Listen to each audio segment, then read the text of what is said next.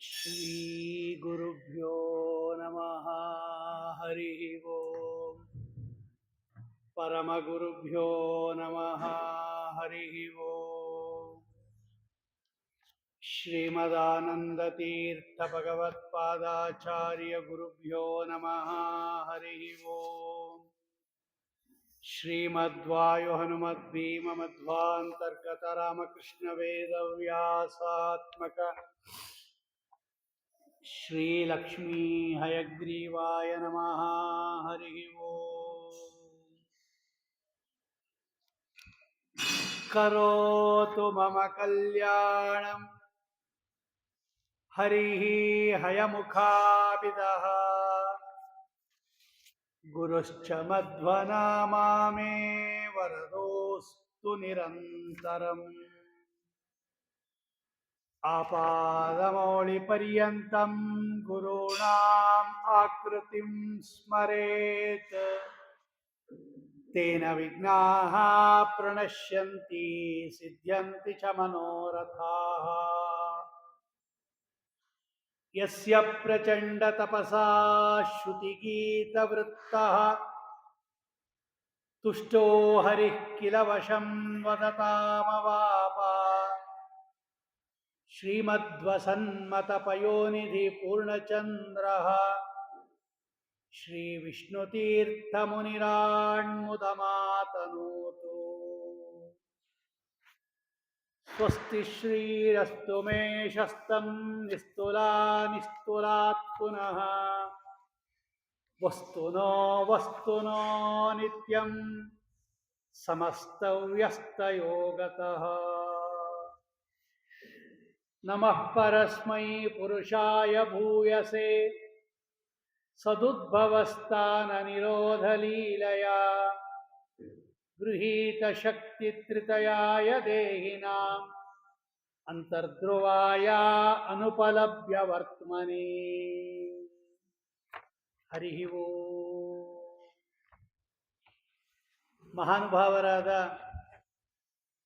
ವಿಷ್ಣುತೀರ್ಥರಿಂದ ರಚಿತವಾಗಿರತಕ್ಕಂತಹ ಭಾಗವತದ ವ್ಯಾಖ್ಯಾನ ಭಾಗವತ ಸಾರೋದ್ಧಾರ. ನಾವು ನಿನ್ನೆ ನೋಡಿದ ಹಾಗೆ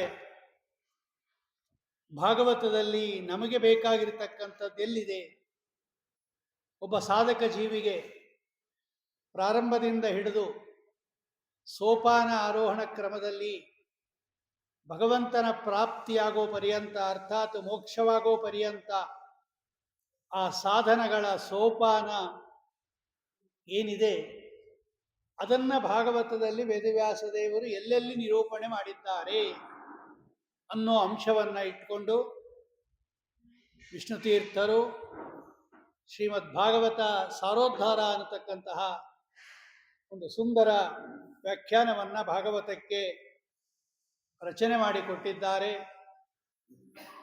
ಇಡೀ ಭಾಗವತವನ್ನು 30 ಪ್ರಕರಣಗಳನ್ನಾಗಿ ವಿಂಗಡಿಸಿ ಆ ಪ್ರಕರಣಗಳಿಗೆ ಸಂಬಂಧಪಟ್ಟ ವಿಷಯಗಳು ಭಾಗವತದಲ್ಲಿ ಎಲ್ಲೆಲ್ಲಿ ಬಂದಿದೆ ಎನ್ನುವುದನ್ನು ಸಂಗ್ರಹ ಮಾಡಿ ಸುಂದರವಾದ ಒಂದು ವ್ಯಾಖ್ಯಾನವನ್ನು ರಚನೆ ಮಾಡಿಕೊಟ್ಟಿದ್ದಾರೆ. ಇದಕ್ಕೆ ಭಾಗವತ ಸಾರೋದ್ಧಾರ ಅಂತ ಕರೀತಾರೆ. ಈ ಭಾಗವತ ಸಾರೋದ್ಧಾರದ ಪ್ರವಚನವನ್ನು ನಿನ್ನೆಯಿಂದ ಪ್ರಾರಂಭ ಮಾಡಿದ್ದೀವಿ. ಒಟ್ಟು ಮೊದಲನೇ ಪ್ರಕರಣ ಭಾಗವತ ಆಗತಿ ಪ್ರಕರಣ ಅಂತ ಕರೀತಾರೆ. ನಿನ್ನೆ ನೋಡಿದ್ವಿ ನಾವು ಭಾಗವತ ಎಲ್ಲಿಂದ ಬಂದಿದೆ, ನಮಗೆ ಈ ಭಾಗವತವನ್ನು ಜಗತ್ತಿನಲ್ಲಿ ಪ್ರವರ್ತನೆ ಮಾಡಿದವರು ಯಾರು ಅಂತ ಹೇಳಿದಾಗ ಮಹಾಫಲಪ್ರಾಪ್ತಿಯಾಗತ್ತೆ ಎನ್ನುವ ದೃಷ್ಟಿಯಿಂದ ಎಲ್ಲಿಂದ ಬಂತಿದು ಭಾಗವತ? ಪರಮಾತ್ಮನಿಂದ ಬ್ರಹ್ಮದೇವರಿಗೆ ಬಂತು, ಬ್ರಹ್ಮದೇವರಿಂದ ನಾರದರಿಗೆ ಬಂತು, ನಾರದರು ವೇದವ್ಯಾಸ ದೇವರಿಗೆ ಅರ್ಪಣೆ ಮಾಡಿದರು, ಅದು ವಿಸ್ತಾರವಾಯಿತು. ಆ ವೇದವ್ಯಾಸ ದೇವರು ತಮ್ಮ ಮಕ್ಕಳಾಗಿರ್ತಕ್ಕಂತಹ ಶುಕಾಚಾರ್ಯರಿಗೆ ಅದನ್ನು ಉಪದೇಶ ಮಾಡಿದರು. ಆ ಸಂದರ್ಭದಲ್ಲಿ ಶುಕಾಚಾರ್ಯರು ಪರೀಕ್ಷಿತ್ ರಾಜರಿಗೆ ಉಪದೇಶ ಮಾಡಿದರು. ಶುಕಾಚಾರ್ಯರು ಪರೀಕ್ಷಿತ್ ರಾಜರಿಗೆ ಉಪದೇಶ ಮಾಡುವ ಸಂದರ್ಭದಲ್ಲಿ ಸೂತಾಚಾರ್ಯರು ಕೂಡ ಅಲ್ಲಿ ಇದ್ದರು. ಶುಕಾಚಾರ್ಯರ ಮುಖದಿಂದ ಭಾಗವತವನ್ನು ಕೇಳಿದ ಮಹಾನುಭಾವರು ಸೂತಾಚಾರ್ಯರು. ಅವರು ನೈಮಿಷಾರಣ್ಯದಲ್ಲಿ ಶೌನಕಾದಿ ಋಷಿಗಳಿಗೆಲ್ಲ ಈ ಭಾಗವತ ಪುರಾಣವನ್ನು ಹೇಳಿದ್ದಾರೆ ಎಂಬುದಾಗಿ ಇದಕ್ಕೆ ಭಾಗವತ ಆಗತಿ ಪ್ರಕರಣ ಅಂತ ಕರೀತಾರೆ. ಹೆಂಗೆ ಬಂದಿದೆ ಇದನ್ನು ನಾವು ನಿನ್ನೆ ವಿಚಾರ ಮಾಡಿದವು. ಆಮೇಲೆ ಬಂದದ್ದು ರಾಜವಿರಾಗ ಪ್ರಕರಣ. ಪರೀಕ್ಷಿತ್ ರಾಜರು ಎಲ್ಲ ಪದಾರ್ಥಗಳಲ್ಲಿ ವಿರಕ್ತರಾಗಿ ಸಪ್ತದ್ವೀಪ ಚಕ್ರವರ್ತಿಗಳಾಗಿರ್ತಕ್ಕಂತಹ ಪರೀಕ್ಷಿತ್ ರಾಜರು ಎಲ್ಲ ಮೇಲೆ ವೈರಾಗ್ಯವನ್ನು ಹೊಂದಿ ಗಂಗಾ ಪ್ರವಾಹದಲ್ಲಿ ಪ್ರಾಯೋಪವೇಶಕ್ಕೆ ಕುಳಿತಿರ್ತಕ್ಕಂತಹ ಕಾರಣ ಏನು? ಇದೇನು ಅಭಾವ ವೈರಾಗ್ಯನ, ಭಯನ, ಅಥವಾ ತಾವು ಮಾಡಿರ್ತಕ್ಕಂತಹ ಕೆಟ್ಟ ಕೆಲಸಕ್ಕೆ ಅಪಯಶಸ್ಸು ಅಪಕೀರ್ತಿ ಬರುತ್ತೆ ಅಂತ ವೈರಾಗ್ಯನ, ಏನಿದು ಅನ್ನೋದನ್ನು ನಿರೂಪಣೆ ಮಾಡತಕ್ಕಂಥದ್ದು ಭಾಗವತ ಸಾರೋದ್ಧಾರ. ಭಾಗವತರು ಅಂದರೆ ಭಗವದ್ಭಕ್ತರು. ಆ ಭಗವದ್ಭಕ್ತರೆಲ್ಲ ಎಷ್ಟು ಸಾರಭೂತರಾಗಿರ್ತಕ್ಕಂಥವರು. ಭಾಗವತದಲ್ಲಿ ಬಂದಿರತಕ್ಕಂತಹ ಯಾವ ಪಾತ್ರಗಳ ಬಗ್ಗೆನೂ ಕೂಡ ಅಲ್ಪವಾಗಿ ತಿಳಿಬೇಡ್ರಿ. ಅವರೆಲ್ಲ ಮಹಾಜ್ಞಾನಿಗಳು. ಸಾರ ಅಂದರೆ ಶ್ರೇಷ್ಠ ಅಂತ ಅರ್ಥ. ಭಾಗವತರು ಇವರೆಲ್ಲ ಭಗವದ್ಭಕ್ತರು, ಇವರೆಲ್ಲ ಸಾರರು ಅಂದರೆ ಶ್ರೇಷ್ಠರು. ಅದರಲ್ಲಿ ಪರೀಕ್ಷಿತ್ ರಾಜನು ಕೂಡ ಒಬ್ಬ ಭಾಗವತೋತ್ತಮ. ಅವನು ಎಷ್ಟು ಸಾರಭೂತನಾಗಿರ್ತಕ್ಕಂಥವನು ಅನ್ನೋದನ್ನು ತಿಳಿಸ್ಕೊಡೋಕ್ಕೋಸ್ಕರವಾಗಿ ಈ ಭಾಗವತ ರಾಜವಿರಾಗ ಪ್ರಕರಣ ಅಂತ ಬರೆದಿದ್ದಾರೆ. ಈ ಸಂದರ್ಭದಲ್ಲಿ ವಿಷ್ಣು ತೀರ್ಥರು ಕಲಿ ನಿಗ್ರಹ ಮಾಡಿದ ಕಥೆಯನ್ನು ಹೇಳುತ್ತಾರೆ. ಕಲಿಯನ್ನು ನಿಗ್ರಹ ಮಾಡಬೇಕಾದರೆ ಸಾಮಾನ್ಯ ಅಲ್ಲ. ಅದು ಭಗವಂತನ ಅನುಗ್ರಹದಿಂದ, ವಾಯುದೇವರ ಅನುಗ್ರಹದಿಂದಲೇ ಮಾಡಿದ್ದದು, ಅವನ ಸ್ವಂತ ಸಾಮರ್ಥ್ಯದಿಂದ ಅಲ್ಲ. ಆದರೂ ಕೂಡ ಕಲಿಯನ್ನೂ ಕೂಡ ನಿಗ್ರಹ ಮಾಡಿದ ಧೀರ ಪರೀಕ್ಷಿತ್ ರಾಜ. ಅವನೇನು ಹೇಳಿ ಅಲ್ಲ ಅವನು. ಹಾಗಾಗಿ ಪರೀಕ್ಷಿತ್ ರಾಜನ ಬಗ್ಗೆ ಯಾರೂ ತಪ್ಪು ತಿಳ್ಕೊಳ್ಳಬೇಡ್ರಿ. ಯಾವುದೋ ಒಂದು ಕಾರಣದಿಂದ ಅವನು ಪರೀಕ್ಷಿತ್ ರಾಜ ಗಂಗಾ ಪ್ರವಾಹಕ್ಕೆ ಹೊಟ್ಟೋದ, ಅಲ್ಲೇ ಪ್ರಾಯೋಪವೇಶ ಕೈಗೊಂಡಾವ, ಆಮರಣ ಅಂತ ಉಪವಾಸ ಮಾಡಿ ಕಡೆಗೆ ಭಗವಂತನ ಲೋಕವನ್ನು ಹೋದ ಅಂತ ತಪ್ಪು ಕಲ್ಪನೆ ಮಾಡ್ಕೋಬೇಡ್ರಿ. ಅಥವಾ ಋಷಿಕುಮಾರನ ಶಾಪ ಅವನಿಗೆ ಕಳಂಕ ಆಗೋಯ್ತು ಅಂತನೂ ತಿಳ್ಕೋಬೇಡ್ರಿ. ಪರೀಕ್ಷಿತ್ ರಾಜ ಮೊದಲೇ ಪಶ್ಚಾತ್ತಾಪ ಪಟ್ಟಿದ್ದಾನೆ. ಅವನು ಪರೀಕ್ಷಿತ್ ರಾಜ ಸಾಮಾನ್ಯ ಅಲ್ಲ, ಅವನಿಗೇನು ಕಳಂಕ ಅಲ್ಲ. ಅದು ನಾನು ಮಾಡಿದ ತಪ್ಪಿಗೆ ಇವತ್ತೇ ನನ್ನ ರಾಜ್ಯ, ಕೋಶ, ಅರಮನೆ, ಆನೆ, ಕುದುರೆ, ಕಾಲಾಳು ಎಲ್ಲ ಭಸ್ಮ ಆಗ್ಬಿಡ್ಲಿ ಅಂತಾನೆ ಅವನು. ಅಂತಹ ಮಹಾಜ್ಞಾನಿ ಅವನು. ಶಾಪದ ವೃತ್ತಾಂತವನ್ನ ಕೇಳುವುದಕ್ಕೆ ಮುಂಚೆನೇ ಪರೀಕ್ಷಿತ್ ರಾಜ ಬಹಳ ಪಶ್ಚಾತ್ತಾಪ ಪಟ್ಟಿದ್ದಾನೆ ಅವನು. ಹಾಗಾಗಿ ಅವನಿಗೆ ವೈರಾಗ್ಯ ಅಂತಕ್ಕಂಥದ್ದು ಮೊದಲಿಂದ ಇತ್ತದು. ಈ ಬ್ರಾಹ್ಮಣರ ಶಾಪ ಅನ್ನೋದು ಒಂದು ನಿಮಿತ್ತ, ಪ್ರಾರಬ್ಧ ಕರ್ಮವಶಾತ್ ಆಯ್ತೆ ಹೊರತು ಅಂತಹ ಉತ್ಕೃಷ್ಟವಾಗಿರ್ತಕ್ಕಂತಹ ರೀತಿಯಲ್ಲಿ ಈ ರಾಜವಿರಾಗ ಪ್ರಕರಣ. ಪರೀಕ್ಷಿತ್ ರಾಜನನ್ನು ಚೆನ್ನಾಗಿ ತಿಳ್ಕೊಳ್ರಿ. ಆ ವಿಷಯದಲ್ಲಿ ತಪ್ಪು ತಿಳಿಬೇಡ್ರಿ ಅನ್ನೋದನ್ನು ತಿಳಿಸೋಕ್ಕೋಸ್ಕರ ಎರಡನೇ ಪ್ರಕರಣ ರಾಜ ವಿರಾಗ ಪ್ರಕರಣ. ರಾಜ ಅಂದರೆ ಶ್ರೇಷ್ಠ. ಅದು ಅಂತಹ ಅಭಾವ ವೈರಾಗ್ಯ ಅಲ್ಲ, ಪುರಾಣ ವೈರಾಗ್ಯ ಅಲ್ಲ, ಸ್ಮಶಾನ ವೈರಾಗ್ಯ ಅಲ್ಲ, ಪ್ರಸೂತಿ ವೈರಾಗ್ಯ ಅಲ್ಲ, ತಾತ್ಕಾಲಿಕವಾಗಿ ಬಂದಿರತಕ್ಕಂತಹ ವೈರಾಗ್ಯ ಅಲ್ಲ. ಅದು ರಾಜ ವಿರಾಗ, ಶ್ರೇಷ್ಠವಾದ ವಿರಾಗ ಅನ್ನೋದನ್ನ ಎರಡನೇ ಪ್ರಕರಣದಲ್ಲಿ ವಿಷ್ಣು ತೀರ್ಥರು ತಿಳಿಸ್ಕೊಡ್ತಾ ಇದ್ದಾರೆ. ಒಬ್ಬ ಸಾಧಕ ಜೀವಿಗೆ ಸಾಮಾನ್ಯವಾದ ವೈರಾಗ್ಯ ಇರಬೇಕು ಮೊದಲು, ಆಮೇಲೆ ಅದು ಹೆಚ್ಚಾಗ್ತಾ ಭಗವಂತನ ಭಕ್ತಿ ಹೆಚ್ಚಾಗ್ತಾ ಹೆಚ್ಚಾಗ್ತಾ ಹೆಚ್ಚಾಗ್ತಾ ವೈರಾಗ್ಯ ಜಾಸ್ತಿ ಆಗ್ತಾ ಹೋಗುತ್ತೆ. ಮೊದಲು ವಿಷಯ ಪದಾರ್ಥಗಳಿಂದ ಮನಸ್ಸನ್ನು ತೆಗೀತಕ್ಕಂಥದ್ದು ವೈರಾಗ್ಯ. ರಾಗ ಅಂದರೆ ಆಸೆ, ವಿ ಅಂದರೆ ಹೋಗಲ್ಪಟ್ಟಿದ್ದು ಅಂತ ಅರ್ಥ. ವಿಗತ ರಾಗ, ಹೋಗಲ್ಪಟ್ಟ ಆಸೆ ಅಂದರೆ ಪದಾರ್ಥಗಳ ಮೇಲಿನ ಆಸೆಯನ್ನ ಬಿಡ್ತಾ ಬಂದಾಗ ಪರಮಾತ್ಮನ ಮೇಲಿನ ಆಸೆ ಜಾಸ್ತಿ ಆಗ್ತಾ ಹೋಗುತ್ತೆ. ಪರಮಾತ್ಮನ ಬಗ್ಗೆ ಆಸೆ ಜಾಸ್ತಿ ಆಗ್ತಾ ಆದಂಗೂ ಕೂಡ ಅವನ ಮೇಲೆ ಪ್ರೀತಿ ಬರ್ತಾ ಹೋಗುತ್ತೆ. ಅಂತಹ ವಸ್ತು ಅದು ಪರಮಾತ್ಮ. ಅವನಲ್ಲಿ ಭಕ್ತಿ ಬರಕ್ಕೆ ಶುರು ಆಗತ್ತೆ.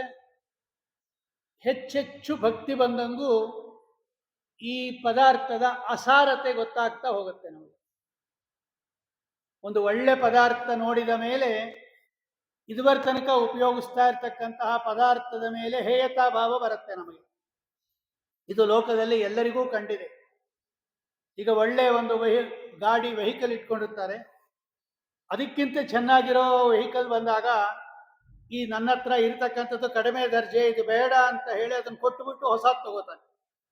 ನೋಡಿ, ಇಷ್ಟು ದಿವಸ ಪ್ರೀತಿಯಿಂದ ಇಟ್ಕೊಂಡಿರ್ತಕ್ಕಂತಹ ವಾಹನವನ್ನು ಕೊಟ್ಟು ಬಿಡ್ತಾನೆ ಅವನು. ಇದು ಬೇಡ, ಇದು ಇಷ್ಟ ಇಲ್ಲ ನನಗೆ, ಇದಕ್ಕಿಂತ ಚೆನ್ನಾಗಿರೋದು ಬಂದಿದೆ ಅದು ಬೇಕು ಅಂತ. ಅಂದರೆ ಒಳ್ಳೆ ಪದಾರ್ಥ ಸಿಕ್ಕಿದಾಗ ಅದಕ್ಕಿಂತ ಕಡಿಮೆ ಪದಾರ್ಥದಲ್ಲಿ ವೈರಾಗ್ಯ ಬರೋದು ಕಂಡಿದೆ ಲೋಕದಲ್ಲಿ. ಭಗವಂತ ಅತ್ಯುತ್ತಮ ವಸ್ತು, ಭಗವಂತ ಲೋಕವಿಲಕ್ಷಣ ವಸ್ತು.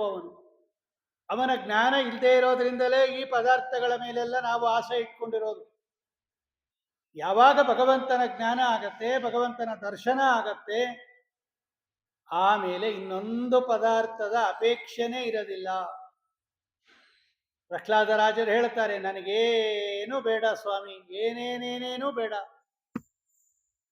ಯಾಕೆ? ಅವರಿಗೆ ಭಗವಂತನ ದರ್ಶನ ಆಯಿತು, ಭಗವಂತನ ಅನುಗ್ರಹ ಆಯಿತು, ಎಲ್ಲ ಪದಾರ್ಥಗಳ ಅಸಾರತೆ ಗೊತ್ತಾಯಿತು ಅವರಿಗೆ. ಹಾಗಾಗಿ ನಾವು ಕೂಡ ಭಗವಂತನ ಹೆಚ್ಚೆಚ್ಚು ಜ್ಞಾನವನ್ನು ಮಾಡಿಕೊಂಡರೆ ಅದು ವೈರಾಗ್ಯಕ್ಕೆ ಕಾರಣ ಆಗತ್ತೆ. ವೈರಾಗ್ಯ ಜಾಸ್ತಿ ಆದಂಗೆ ಭಕ್ತಿ ಜಾಸ್ತಿ ಆಗುತ್ತೆ, ಭಕ್ತಿ ಜಾಸ್ತಿ ಆದಂಗೆ ವೈರಾಗ್ಯ ಜಾಸ್ತಿ ಆಗುತ್ತೆ. ಅದು ಒಂದಕ್ಕೊಂದಕ್ಕೆ ಸಂಬಂಧ ಇದೆ. ಮುಂದೆಲ್ಲ ಭಕ್ತಿ ಪ್ರಕರಣ, ವೈರಾಗ್ಯ ಪ್ರಕರಣ ಅಂತಲೇ ಬೇರೆ ಇಟ್ಟಿದ್ದಾರೆ ವಿಷ್ಣು ತೀರ್ಥರು. ಇದು ಪ್ರಾರಂಭದ ಹಂತ.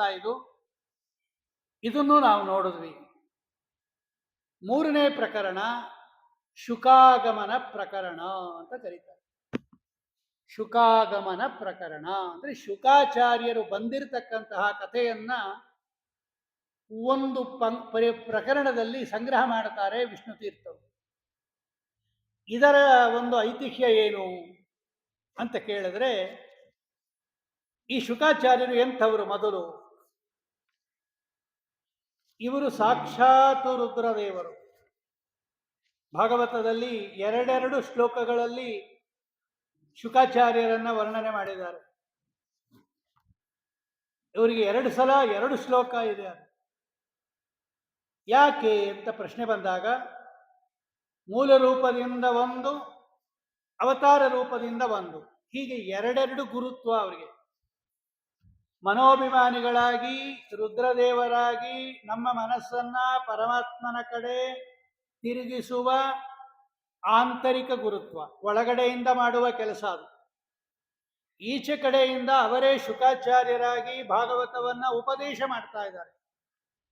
ಯಂ ಪ್ರೌರಜಂತಮನುಪೇತಮಪೇತ ಕೃತ್ಯಂ ದ್ವೈಪಾಯನೋ ವಿರಹ ಕಾತರ ಆಜುಹಾವ ಪುತ್ರೇತಿ ತನ್ಮಯತಯ ತರವೋಪಿ ನೇದು ತಂ ಸರ್ವಭೂತ ಹೃದಯಂ ಮುನಿಮಾನತೋಸ್ಮಿ. ನೋಡಿ, ಇದು ಒಂದು. ಇದು ಒಳಗಡೆ ಇರೋ ರುದ್ರದೇವರಿಗೆ ಆಂತರಿಕ ಅಂತರ್ಗುರುತ್ವ. ಒಳಗಡೆನೂ ಗುರುಗಳೇ ಅವರು. ಅನ್ಯನಲ್ಲವೋ ನಾನು ಗುರುವೆಂಬೆ ನಿನ್ನ, ಇನ್ನಾದರೂ ತೋರೋ ಧೀರ ಮುಕ್ಕಣ್ಣ ಧವಳ ಗಂಗೆಯ ಗಂಗಾಧರ ಮಹಾಲಿಂಗ ಮಾಧವನ ತೋರಿಸಯ್ಯ ಗುರುಕುಲೋತ್ತುಂಗ. ಗುರುವೆಂಬೆ ನಿನ್ನ, ಶ್ರೀ ವಾದರಾಜ ಸ್ವಾಮಿಗಳು ಹೇಳ್ತಾರೆ, ಅನ್ಯನಲ್ಲವೋ ನಾನು ಗುರುವೆಂಬೆ ನಿನ್ನ. ನಮ್ಮ ಮನಸ್ಸನ್ನ ಭಗವಂತನ ಕಡೆ ಹೋಗುವಂಗೆ ಮಾಡೋರೇ ಮನೋಭಿಮಾನಿಗಳಾದ ರುದ್ರದೇವರು.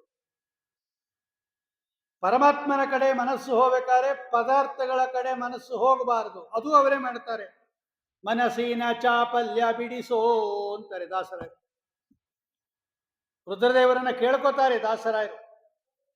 ಈ ಪದಾರ್ಥಗಳನ್ನು ಭೋಗ ಮಾಡಬೇಕು ಅಂತ ಮನಸ್ಸಿನಲ್ಲಿ ಚಪಲತೆ ಏನು ಬರುತ್ತೆ, ಇದನ್ನು ಬಿಡಿಸ್ರಿ ನೀವು, ಯಾಕೆಂದ್ರೆ ನಿಮಗೆ ಆ ಇಂದ್ರಿಯದ ಮೇಲೆ ಹತೋಟಿ ಇದೆ, ಆ ಇಂದ್ರಿಯದ ಮೇಲೆ ಓನರು ನೀವು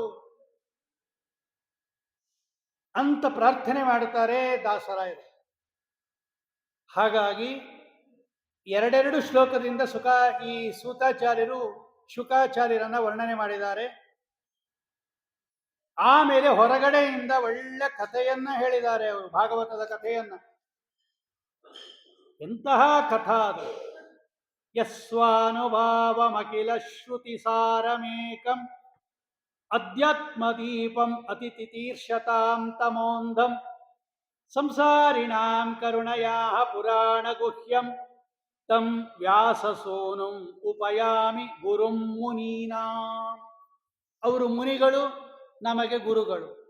ಮೌನಂ ಮನನ, ಮುನಿ ಅಂದರೆ ಮನನಶೀಲ ಇತ್ಯರ್ಥ. ಯಾವಾಗಲೂ ಭಗವಂತನನ್ನು ಚಿಂತನೆ ಮಾಡೋರು. ಹಾಗಾಗಿ ಅವರು ನಮಗೆ ಗುರುಗಳು. ಅಂತಹ ಮುನಿಗಳಾದ ಗುರುಗಳಾದ ವ್ಯಾಸಪುತ್ರರಾದ ನಮಗೆಲ್ಲ ಭಾಗವತವನ್ನ ಉಪದೇಶ ಮಾಡಿದ, ಅದು ಗುಹ್ಯಂ ಪುರಾಣಂ, ಅತ್ಯಂತ ರಹಸ್ಯವಾಗಿರ್ತಕ್ಕಂತಹ ಪುರಾಣವನ್ನ ನಮಗೆ ಹೇಳಿರ್ತಕ್ಕಂತಹ ಶುಕಾಚಾರ್ಯರಿಗೆ ನಾನು ನಮಸ್ಕಾರ ಮಾಡ್ತೀನಿ ಅಂತ ಹೇಳಿ, ಇವರಿಗೆ ಎರಡೆರಡು ಆಂತರ್ಗುರುತ್ವ, ಬಾಹ್ಯ ಗುರುತ್ವ. ಸರಿ, ಶುಕಾಚಾರ್ಯರ ಆಗಮ, ಶುಕಾಗಮನ ಪ್ರಕರಣ.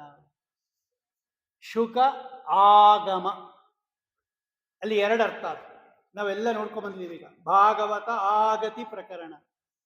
ಭಾಗವತ ಹೇಗೆ ಬಂತು ನಮ್ಮ ಹತ್ರ ಅಂತ ಹೇಳೋದು ಒಂದು, ಸರಿಯಾಗಿ ಬಂದಿದೆ ಅಂತ ಹೇಳೋದು ಒಂದು. ಎರಡು ಗತಿ, ಆ ಗತಿ. ಆ ಅಂದ್ರೆ ಸಂಸ್ಕೃತದಲ್ಲಿ ಚೆನ್ನಾಗಿ ಅಂತ ಅರ್ಥ. ದೀರ್ಘ ಆ ಅಂತ ಬರೆದ್ರೆ ಆಗತಿ, ಚೆನ್ನಾಗಿ ಬಂತು. ಆಗಮನ, ಚೆನ್ನಾಗಿ ಬಂದ್ರು ಅನ್ನೋ ಅರ್ಥದಲ್ಲಿ ಆ ಅನ್ನೋ ಶಬ್ದ ಆಡ್ತಾರೆ. ಹಾಗೆ ರಾಜವಿರಾಗ ಅನ್ನೋ ಕಡೆ ರಾಜ ಅಂದ್ರೆ ಪರೀಕ್ಷಿತ್ ರಾಜ ಅಂತ ಒಂದರ್ಥ, ರಾಜ ಅಂದರೆ ಶ್ರೇಷ್ಠ ಅಂತ ಒಂದರ್ಥ. ಶ್ರೇಷ್ಠ ವಿರಾಗ, ರಾಜನಿಗೆ ಬಂದ ಶ್ರೇಷ್ಠ ವಿರಾಗ ರಾಜವಿರಾಗ. ಹಾಗೆಯೇ ಶುಕಾಗಮನ ಪ್ರಕರಣ ಅಂದಾಗ ಶುಕ ಆಗಮನ. ಆಗಮನ, ಆ ಅಂದರೆ ಆಕೃತಿ, ಗಮನ ಅಂದರೆ ಬಂದದ್ದು. ಎರಡೂ ವರ್ಣನೆ ಮಾಡಿದ್ದಾರೆ ಅವರು. ತತ್ರಾಭವದ್ ಭಗವನ್ ವ್ಯಾಸಪುತ್ರ ಯದೃಚ್ಛಯಾಗಾಮಟಮಾನೋ ಅನಪೇಕ್ಷ ಅಲಕ್ಷ್ಯಲಿಂಗೋ ನಿಜಲಾಭತುಷ್ಟ ವೃತಶ್ಚ ಬಾಲೈರವಧೂತ ವೇಷ.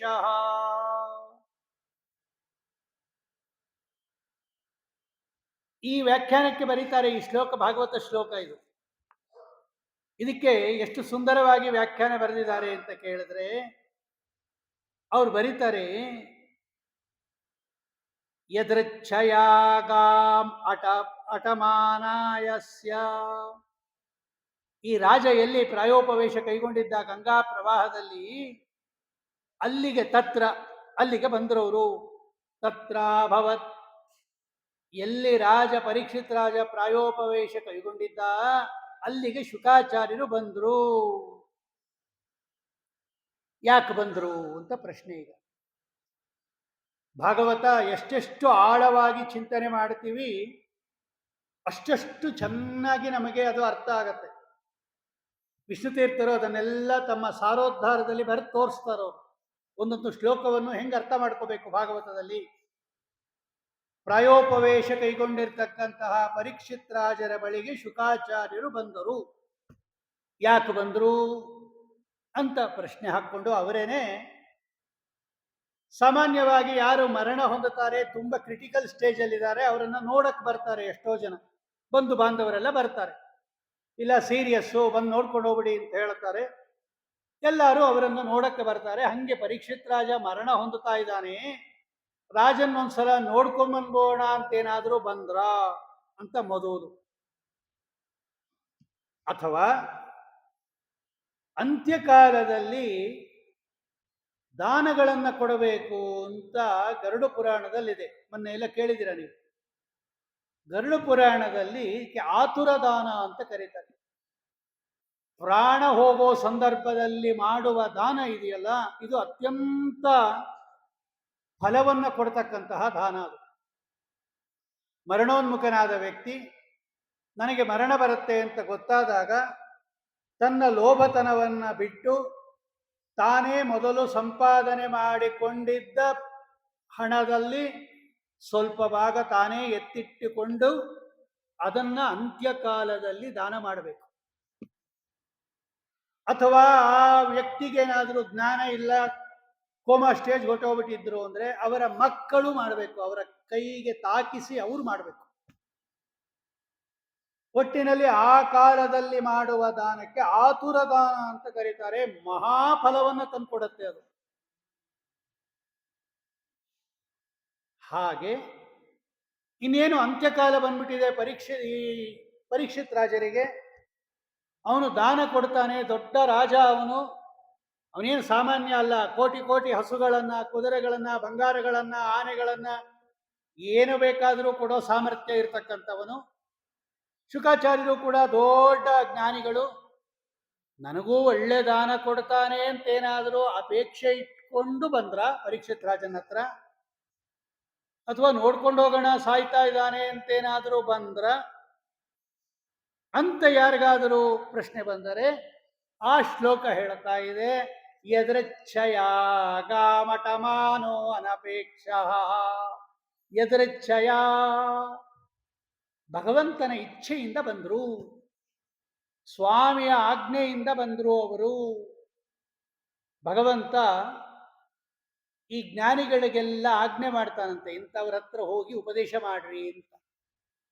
ಅವ್ರದ್ದೆಲ್ಲ ಒಂದು ನೆಟ್ವರ್ಕ್ ಇರುತ್ತೆ. ಅವರು ಭಗವಂತನಿಗೂ ಈ ಜ್ಞಾನಿಗಳಿಗೂ ಸಂಬಂಧ ಇರುತ್ತೆ. ಅವರು ಭಗವಂತನ ಜೊತೆ ಸಂಪರ್ಕ ಇಟ್ಕೊಂಡಿರ್ತಾರೆ, ಭಗವಂತನ ಜೊತೆ ವ್ಯವಹಾರ ಮಾಡ್ತಾರೆ, ಮಾತಾಡ್ತಾರೆ.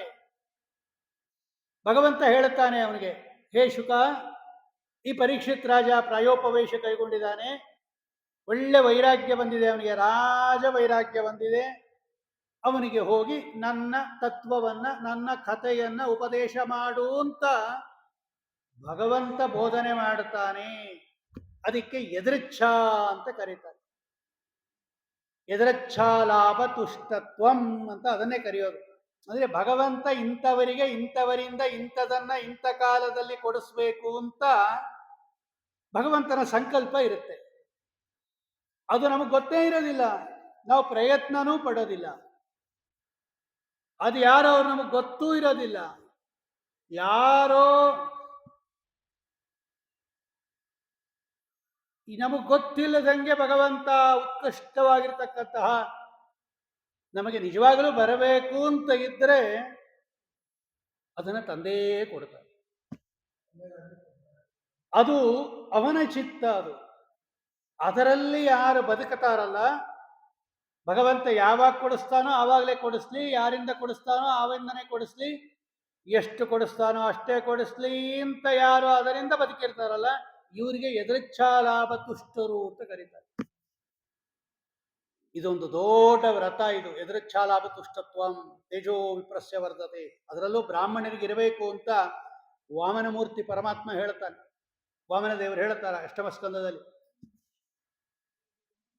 ಆ ಶುಕಾಚಾರ್ಯರು ಪರೀಕ್ಷಿತ್ ರಾಜರ ಹತ್ರ ಬಂದದ್ದು ಯಾಕೆ ಅಂದ್ರೆ ಯದೃಚ್ಛಯ ಗಾಮಟಮಾನೋ. ಇವ್ರಿಗೆ ಇದೇ ಕೆಲಸ, ಎಲ್ಲಾ ಕಡೆ ಸುತ್ತಾಗ್ತಾ ಇರ್ತಾರಂತೆ ಇವ್ರು. ಈಗ ನೋಡ್ರಿ, ಹೊಯ್ಸಳ ಬೇಕಾದ್ರೆ ಫೋನ್ ಮಾಡಿದ್ರೆ ನಮ್ಮ ಮನೆ ಹತ್ರ ಹೊಯ್ಸಳ ವ್ಯಾನ್ ಬರುತ್ತೆ, ಆಂಬುಲೆನ್ಸ್ ಬೇಕಾದ್ರೆ ಆಂಬುಲೆನ್ಸ್ ಬರುತ್ತೆ. ಪೊಲೀಸ್ ವ್ಯಾನ್ ಬೇಕಾದ್ರೆ ಪೊಲೀಸ್ ವ್ಯಾನ್ ಬರುತ್ತೆ, ತಿರುಗ್ತಾ ಇರ್ತಾರೆ ಅವರೆಲ್ಲ ಕಡೆ. ಅವ್ರಿಗೆ ಇನ್ಫಾರ್ಮೇಶನ್ ಹೋದ ತಕ್ಷಣ ಇಂಥ ಕಡೆ ಗಲಾಟೆ ಆಗಿದೆ, ಹೋಗಿ ಇಂಥ ಸೆಂಟ್ರಲ್ ಆಫೀಸಿಂದ ಹೇಳುತ್ತಾರೆ, ಅವ್ರು ಈ ಕಡೆ ಬರ್ತಾರೆ. ನಾವು ಕಂಡಿದ್ದೀವಿ ಲೋಕದಲ್ಲಿ.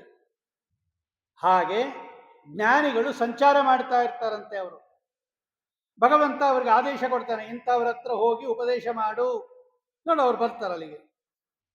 ಪರೀಕ್ಷಿತ್ ರಾಜ ಏನು ಹೇಳಿ ಕಳಿಸಿರ್ಲಿಲ್ಲ ಶುಕಾಚಾರ್ಯರಿಗೆ ಬನ್ನಿ ಅಂತ. ಯದ್ರಚ್ಛಯ ಗಾಮಟಮಾನೋ ಅನಪೇಕ್ಷ. ಭಗವಂತನ ಪ್ರೇರಣೆಯಿಂದ ಬರ್ತಾ ಇದ್ದಾರೆ. ಅವರು ವ್ಯಾಖ್ಯಾನಕಾರರು ಬರೀತಾರೆ, ಕಿಂತು ಯದ್ರಚ್ಛಯ ಗಾಮಟಮಾನಸ್ಯ. ಯದ್ರಚ್ಛಯ ಭಗವಂತನ ಇಚ್ಛೆಯಿಂದ ಬಂದಿರತಕ್ಕಂಥದ್ದು ಆಗಮನಂ ಅಭವತ್. ಅದಕ್ಕೆ ಅವ್ರು ಹೇಳ್ತಾ ಇರೋದು ತತ್ರ ಅಭವತ್ ಆಗಮತು ಅಂತ ಹೇಳ್ಬೇಕಾಗಿತ್ತು. ಆಗಮನ ಬಂದ್ರು ಅಂದ್ರೆ ಆಗಮನ, ಗುರುಗಳು ಆಗಮಿಸಿದರು ಅಂತ ಹೇಳ್ತಾರೆ. ಅಭವತ್ ಅಂತೂ ಭಾಗವತ ಅಭವತ್, ಅಲ್ಲಿ ಪ್ರಾಪ್ತರಾದರು. ಯಾಕೆ? ಭಗವಂತನ ಇಚ್ಛೆಯಿಂದ ಬಂದಿರತಕ್ಕಂಥವರು ಅವರು, ಅಲ್ಲಿ ಬಂದಿದ್ದಾರೆ ಅವರು. ಸರಿ, ಯಾಕೆ ಅವ್ರಿಗೆ ಏನೂ ಇಚ್ಛೆ ಇಲ್ಲ? ಯಾಕೆ ಅವರು ದಾನ ತಗೊಳಕ್ಕೆ ಬಂದೋದ್ದು ಅಂತ ಹೇಳಬಾರ್ದಾಗಿತ್ತು ನಾವು? ಅಂತ್ಯಕಾಲದಲ್ಲಿ ದಾನ ಕೊಡಬೇಕು ಅಂತ ಶಾಸ್ತ್ರ ಇದೆ. ಈಗ ಪರೀಕ್ಷಿತ್ ರಾಜ ಇನ್ನು 7 ದಿವಸಕ್ಕೆ ಮರಣ ಹೊಂದುತ್ತಾನೆ, ಬೇಕಾದಷ್ಟು ದಾನ ಕೊಡುತ್ತಾನೆ. ಶುಕಾಚಾರ್ಯರು ಯಾವುದೋ ಒಂದು ದಾನದ ಆಸೆಯಿಂದ ಬಂದಿರಬಹುದಲ್ಲವಾ ಅಂತ ಯಾರಿಗಾದರೂ ಪ್ರಶ್ನೆ ಬಂದ್ರೆ ಆಗ ಅವ್ರು ಹೇಳುತ್ತಾರೆ, ನಿಜಲಾಭತುಷ್ಟ ಅನಪೇಕ್ಷ. ಆ ಒಂದು ಶ್ಲೋಕಕ್ಕೆ ಎಷ್ಟು ಅರ್ಥ ಬರೀತಾರ್ರಿ ಅವರು. ಅನಪೇಕ್ಷ ಪ್ರಯೋಜನಾರ್ಥಮೇವ ಆಗತಃ ಇತಿ ಕಿಂ ನ ಸ್ಯಾತ್. ಕೇಳ್ಕೊತಾರೆ ಅವರು. ಏನೋ ಒಂದು ಬೆನಿಫಿಟ್ ಇದೆ ಇವನ ಹತ್ರ ಬಂದ್ರೆ, ಏನೋ ದಾನ ಕೊಟ್ಟೇ ಕೊಡ್ತಾನೆ, ನನ್ನಂತಹ ಜ್ಞಾನಿಗೆ ದೊಡ್ಡ ದಾನನೇ ಕೊಡ್ತಾನೆ ಅಂತೇಳಿ ಯಾವುದೋ ಒಂದು ದಾನದ ಆಸೆಯಿಂದ ಬಂದಿರಬಹುದಲ್ವ ಶುಕಾಚಾರ್ಯರು. ಯದೃಚ್ಛಯಾಗಾಮಟಮಾನೋ ಅನಪೇಕ್ಷ.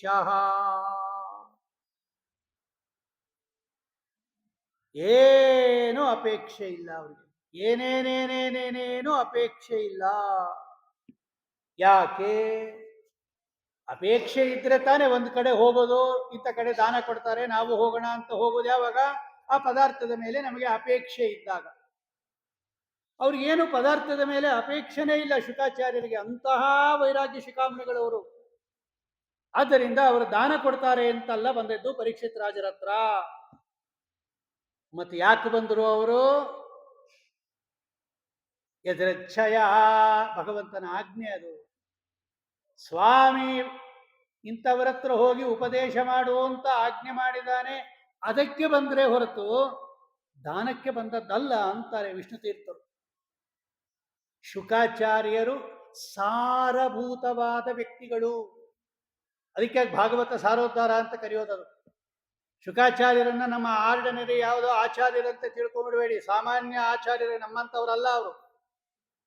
ಅವರೆಲ್ಲ ಆಸೆ ಅಪೇಕ್ಷೆ ಇಟ್ಕೊಂಡು ಹೇಳೋರಲ್ಲ ಅವರು. ದೊಡ್ಡವರು, ಸಾರ ಭಾಗವತ ಸಾರವನ್ನು ಉದ್ಧಾರ ಮಾಡಿ ತೋರಿಸ್ತಾ ಇದ್ದಾರೆ ನಮಗೆ ಅವರು. ಅದಿದೆ ಭಾಗವತದಲ್ಲಿ, ನಮಗೆ ಗೊತ್ತಿಲ್ಲ, ಅದನ್ನ ಉದ್ಧಾರ ಮೇಲೆತ್ತಿ ತೋರಿಸ್ತಾ ಇದ್ದಾರೆ ನಮಗೆ. ಸಾರೋದ್ಧಾರ ಭಾಗವತರಾದ ಶುಕಾಚಾರ್ಯರು ಎಷ್ಟು ಸಾರರು, ಎಷ್ಟು ಶ್ರೇಷ್ಠರು ಅನ್ನೋದನ್ನ ಭಾಗವತ ಶ್ಲೋಕದಿಂದಲೇ ಉದ್ಧಾರ ಮಾಡುತ್ತಾರೆ. ಇದಕ್ಕೆ ಸಾರೋದ್ಧಾರ ಅಂತ ಕರೀತಾರೆ.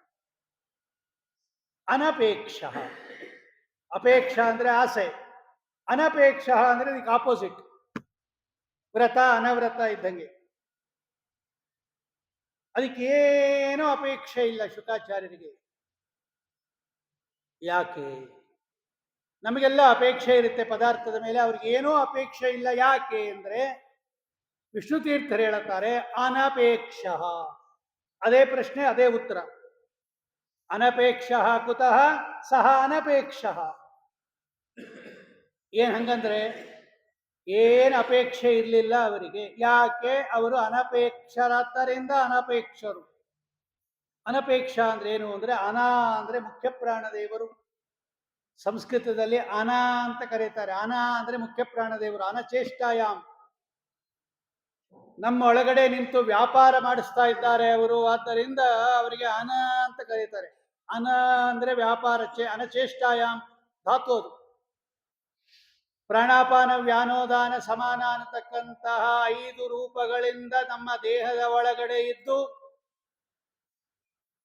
ನಾಡಿಗಳಲ್ಲಿ ಇದ್ದು, ಮೇಲ್ಭಾಗದಲ್ಲಿ ಪ್ರಾಣ ರೂಪದಿಂದ ಇದ್ದು, ಕೆಳಗಡೆ ಅಪಾನ ರೂಪದಿಂದ ಇದ್ದು, ಮಧ್ಯದಲ್ಲಿ ಸಮಾನ ರೂಪದಿಂದ ಇದ್ದು, ತಲೆಯಲ್ಲಿ ಉದಾನ ರೂಪದಿಂದ ಇದ್ದು,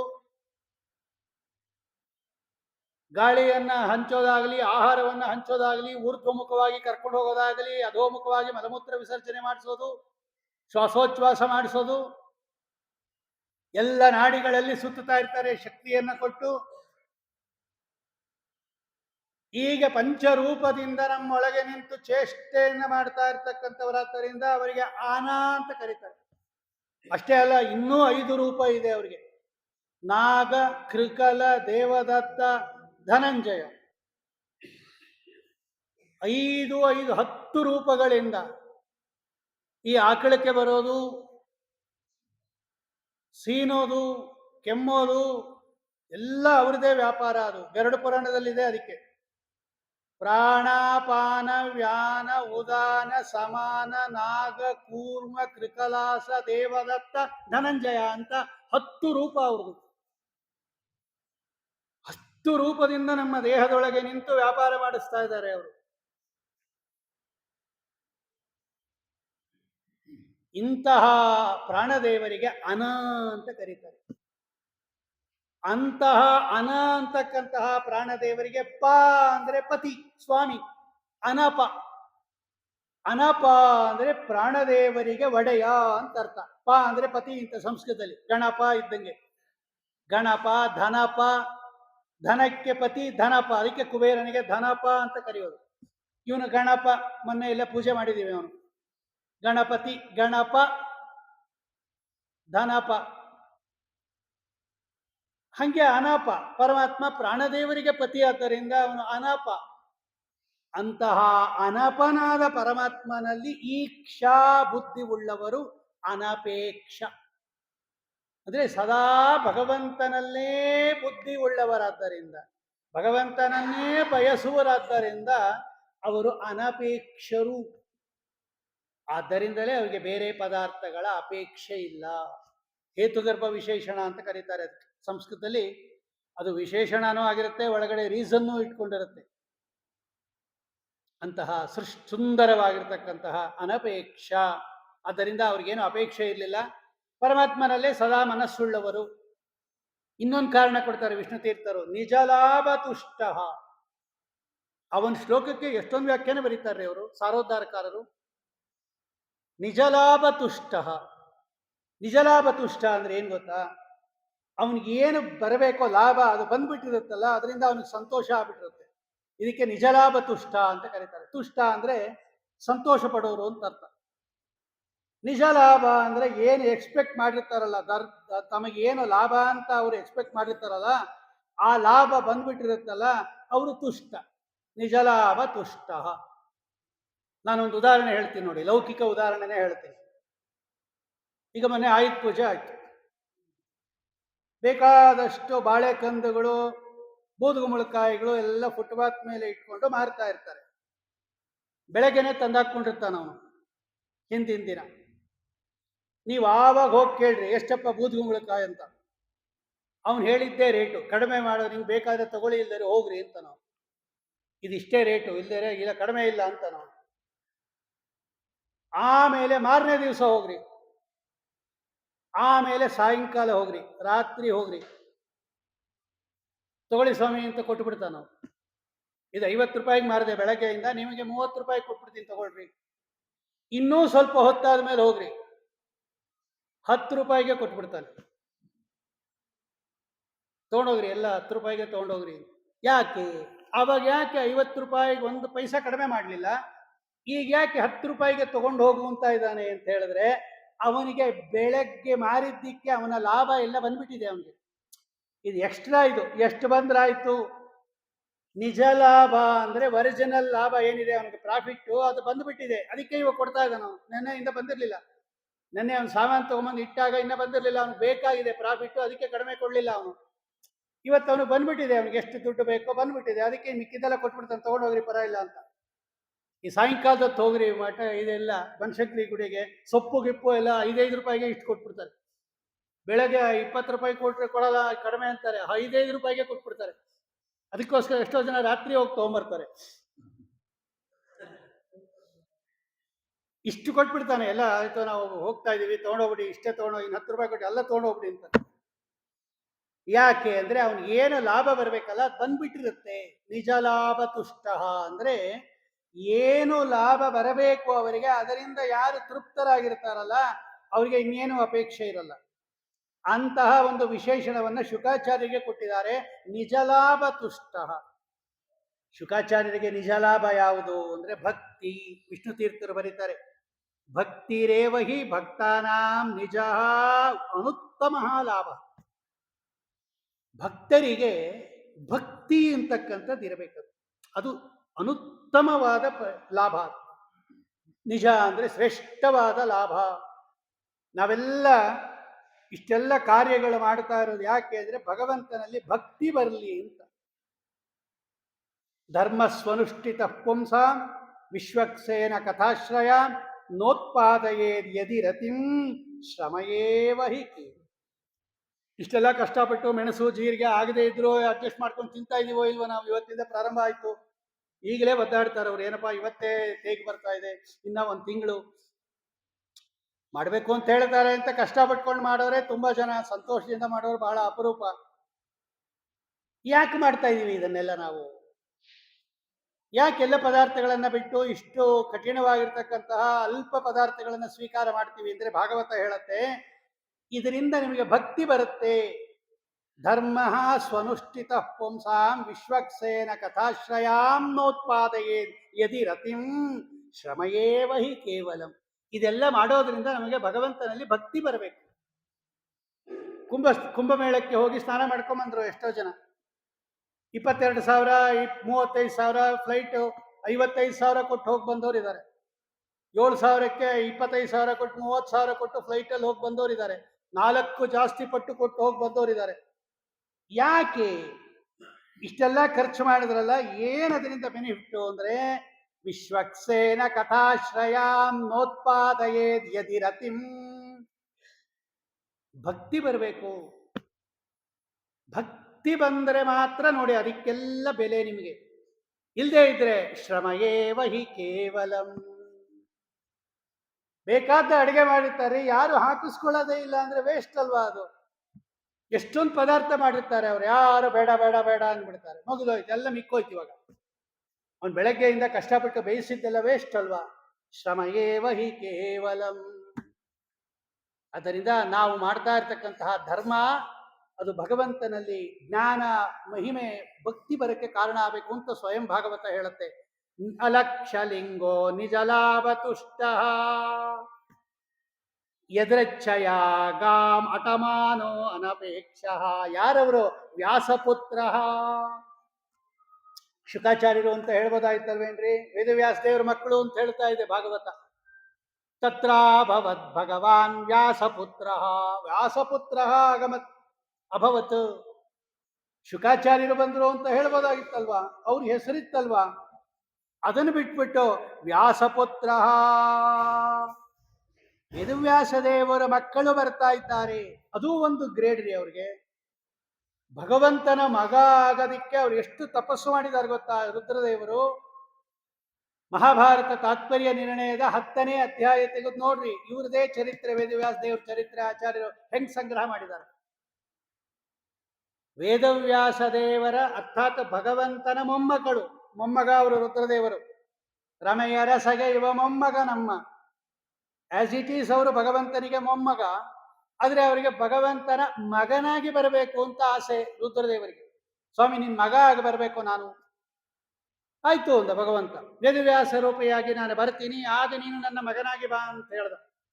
ಆಗ ರುದ್ರದೇವರು ಶುಕಾಚಾರ್ಯರಾಗಿ ಬಂದರು. ಶ್ರೀಮದಾಚಾರ್ಯ ಹೇಳುತ್ತಾರೆ, ಆವಾಗೊಂದು ಭಗವಂತ ಹೇಳ್ದ, ಹೇಗಿದ್ರು ನೀನ್ ನಂಗೆ ಮಗನಾಗಿ ಬರಬೇಕು ಅಂತ ಇಷ್ಟೆಲ್ಲ ಕೇಳ್ತಾ ಇದೆಯಾ, ಒಂದು ಪ್ಲಾನ್ ಮಾಡೋಣ ಅಂದ. ಏನ್ ಸ್ವಾಮಿ ಅಂದ್ರು. ನಾನೇ ನಿನ್ನನ್ನು ಕುರಿತು ತಪಸ್ ಮಾಡಿಬಿಡ್ತೀನಿ, ನೀನು ಮಗನಾಗಿ ಬೇಕು ಅಂತ ಆವಾಗ ಬಂದ್ಬಿಡು ಅಂತ ಭಗವಂತ. ನೋಡಿ, ನಾನು ನಿನ್ನ ಮಗನಾಗಿ ಬರಬೇಕು ಅಂತ ಕೇಳ್ಕೊಂಡಿದ್ದು ರುದ್ರದೇವರು. ಹೂ ಅಂದ ಭಗವಂತ. ಎಷ್ಟೋ ಜನಕ್ಕೆ ಟೋಪಿ ಹಾಕ್ಬೇಕಾಗಿದೆ ಭಗವಂತ. ಅದಕ್ಕೇನು ಮಾಡ್ದ? ನಾನೇ ತಪಸ್ ಮಾಡಿಬಿಡ್ತೀನಿ ನಿನ್ನ ಕುರಿತು, ನೀನು ನನ್ನ ಮಗನಾಗಿ ಬರಬೇಕು ಅಂತ. ಲೋಕದಲ್ಲಿ ಎಲ್ಲರೂ ಕೂಡ ವೇದವ್ಯಾಸ ತಪಸ್ಸು ಮಾಡಿ ಮಗನಾಗಿ ರುದ್ರದೇವರನ್ನ ಪಡೆದ ಅಂತ ಕೀರ್ತಿ ಬಂದ್ಬಿಡತ್ತೆ. ನೀನ್ ಹೆಂಗಿದ್ರು ನನ್ನ ಮಗನಾಗೆ ಬರ್ತೀಯಾ? ಹೂ ಅಂದ್ಬಿಟ್ಟು ಆಗ ಅವತಾರ ಮಾಡಿದವರು ಶುಕಾಚಾರ್ಯ. ಅಂತಹ ಶುಕಾಚಾರ್ಯರು ವ್ಯಾಸಪುತ್ರ. ಒಂದು ರೀತಿಯಲ್ಲಿ ಎಲ್ಲರೂ ಭಗವಂತನ ಮಕ್ಕಳೇ. ಅವರು ಎಲ್ಲರೂ ಭಗವಂತನಿಂದ ಜನ್ಮ ತಾಳದವರೇ. ಯಾರು ಕೂಡ ಭಗವಂತನ ಅನುಗ್ರಹ ಇಲ್ಲದೇನೆ ಭೂಮಿಯಲ್ಲಿ ಹುಟ್ಟು ಬರಕಾಲ. ಅವನು ಸರ್ವ ಸೃಷ್ಟಿಕರ್ತ, ಅವನು ಭಗವಂತ. ಪ್ರತಿಯೊಬ್ಬರ ದೇಹದಲ್ಲೂ ಪ್ರದ್ಯುಮ್ನ ರೂಪದಿಂದ ಭಗವಂತ ಇದ್ದು ಅವನೇ ಸೃಷ್ಟಿ ಮಾಡೋದು.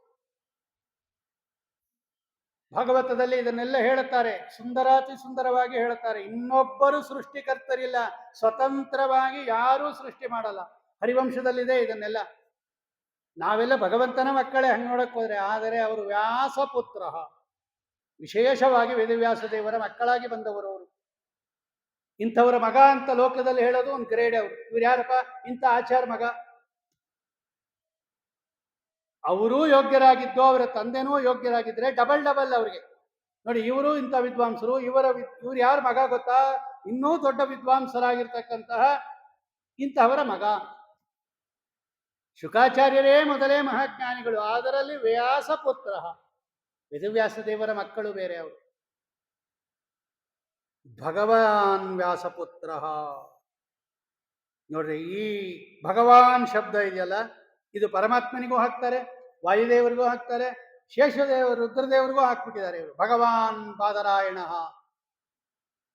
ಭಗವಾನ್ ಆನಂದ ತೀರ್ಥ ಮುನಿ ಯಥಾಚಾರ್ಯ ಅಭಿಪ್ರಾಯಂ ಅಸ್ಯ ಭಾಷ್ಯಂ ವಿಧಾಯ ಅನುಭಾಷ್ಯಮಪಿ ಕರಿಷ್ಯನ್. ಭಗವಾನ್ ಆನಂದ ತೀರ್ಥ ಮುನಿ ಅಂತಾರೆ ಟೀಕಾರ. ಭಗವಾನ್ ಬಾದರಾಯಣೇನ, ಭಗವತಾ ಬಾದರಾಯಣೇನ. ಶುಕಾಚಾರ್ಯರಿಗೂ ಭಗವಾನ್ ಅಂತ ಹಾಕ್ಬಿಟ್ಟಿದ್ದಾರೆ. ಹೆಂಗೆ ಅಂದ್ರೆ ಅದು ಯಥಾಯೋಗ್ಯವಾಗಿ ಒಂದೇ ವಿಶೇಷಣ ಅವರವರ ಯೋಗ್ಯತಾನುಸಾರವಾಗಿ ಬಂದ್ಬಿಡುತ್ತೆ. ಹಾಗಾಗಿ ಭಗವಾನ್ ಅಂತ ಯಾಕೆ ಪ್ರಯೋಗ ಮಾಡಿದ್ದಾರೆ ಅಂದ್ರೆ, ಅವರು ವ್ಯಾಖ್ಯಾನಕಾರರು ಬರೀತಾರೆ, ತತ್ರಾಭವದ್ ಭಗವಾನ್ ವ್ಯಾಸಪುತ್ರ ಯದೃಚ್ಛಯ ಗಾಮಟಮಾನೋ ಅನಪೇಕ್ಷ ಅಲಕ್ಷ್ಯಲಿಂಗೋ ನಿಜಲಾವತುಷ್ಟ ವೃತಶ್ಚ ಬಾಲೈರವಧೂತ ವೇಷ. ಭಗವಾನ್ ಅಂತ ಯಾಕೆ ಹಾಕಿದ್ರು ಅಂದ್ರೆ, ಅವರು ವ್ಯಾಖ್ಯಾನಕಾರರು ಬರೀತಾರೆ ನೋಡಿ, ಪ್ರಶ್ನೆ ಬೇಕಾದಷ್ಟು ಕೇಳ್ಬಿಡ್ಬೋದು ಲೋಕದಲ್ಲಿ.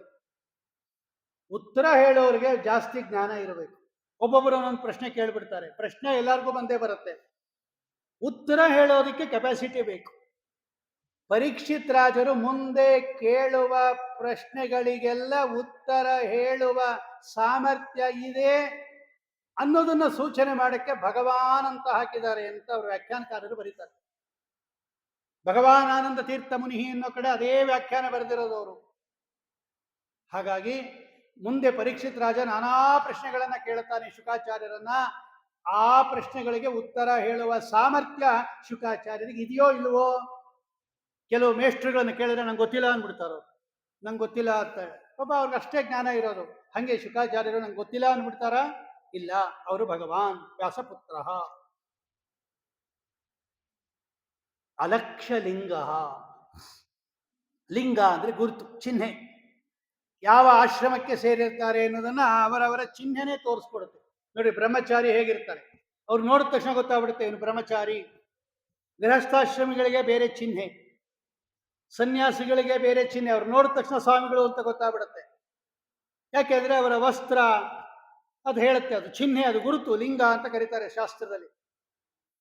ಆದರೆ ಶುಕಾಚಾರ್ಯರಿಗೆ ಯಾವ ಆಶ್ರಮದ ಲಿಂಗನೂ ಇರ್ಲಿಲ್ವಂತೆ, ಯಾವುದೂ ಇಲ್ಲ, ಅಲಕ್ಷ್ಯ. ಅದಕ್ಕೆ ಅವಧೂತರು ಅಂತ ಕರೀತಾರೆ. ಅವಧೂತ ವೇಷ. ಕಿಂ ವೇಷ? ಹಾಗಾದ್ರೆ ಯಾವುದು ಆಶ್ರಮದ ಚಿಹ್ನೆ ಇರಲಿಲ್ಲ ಅಂದ್ರೆ ಎಂತವ್ರವರು? ಅವಧೂತ ವೇಷ.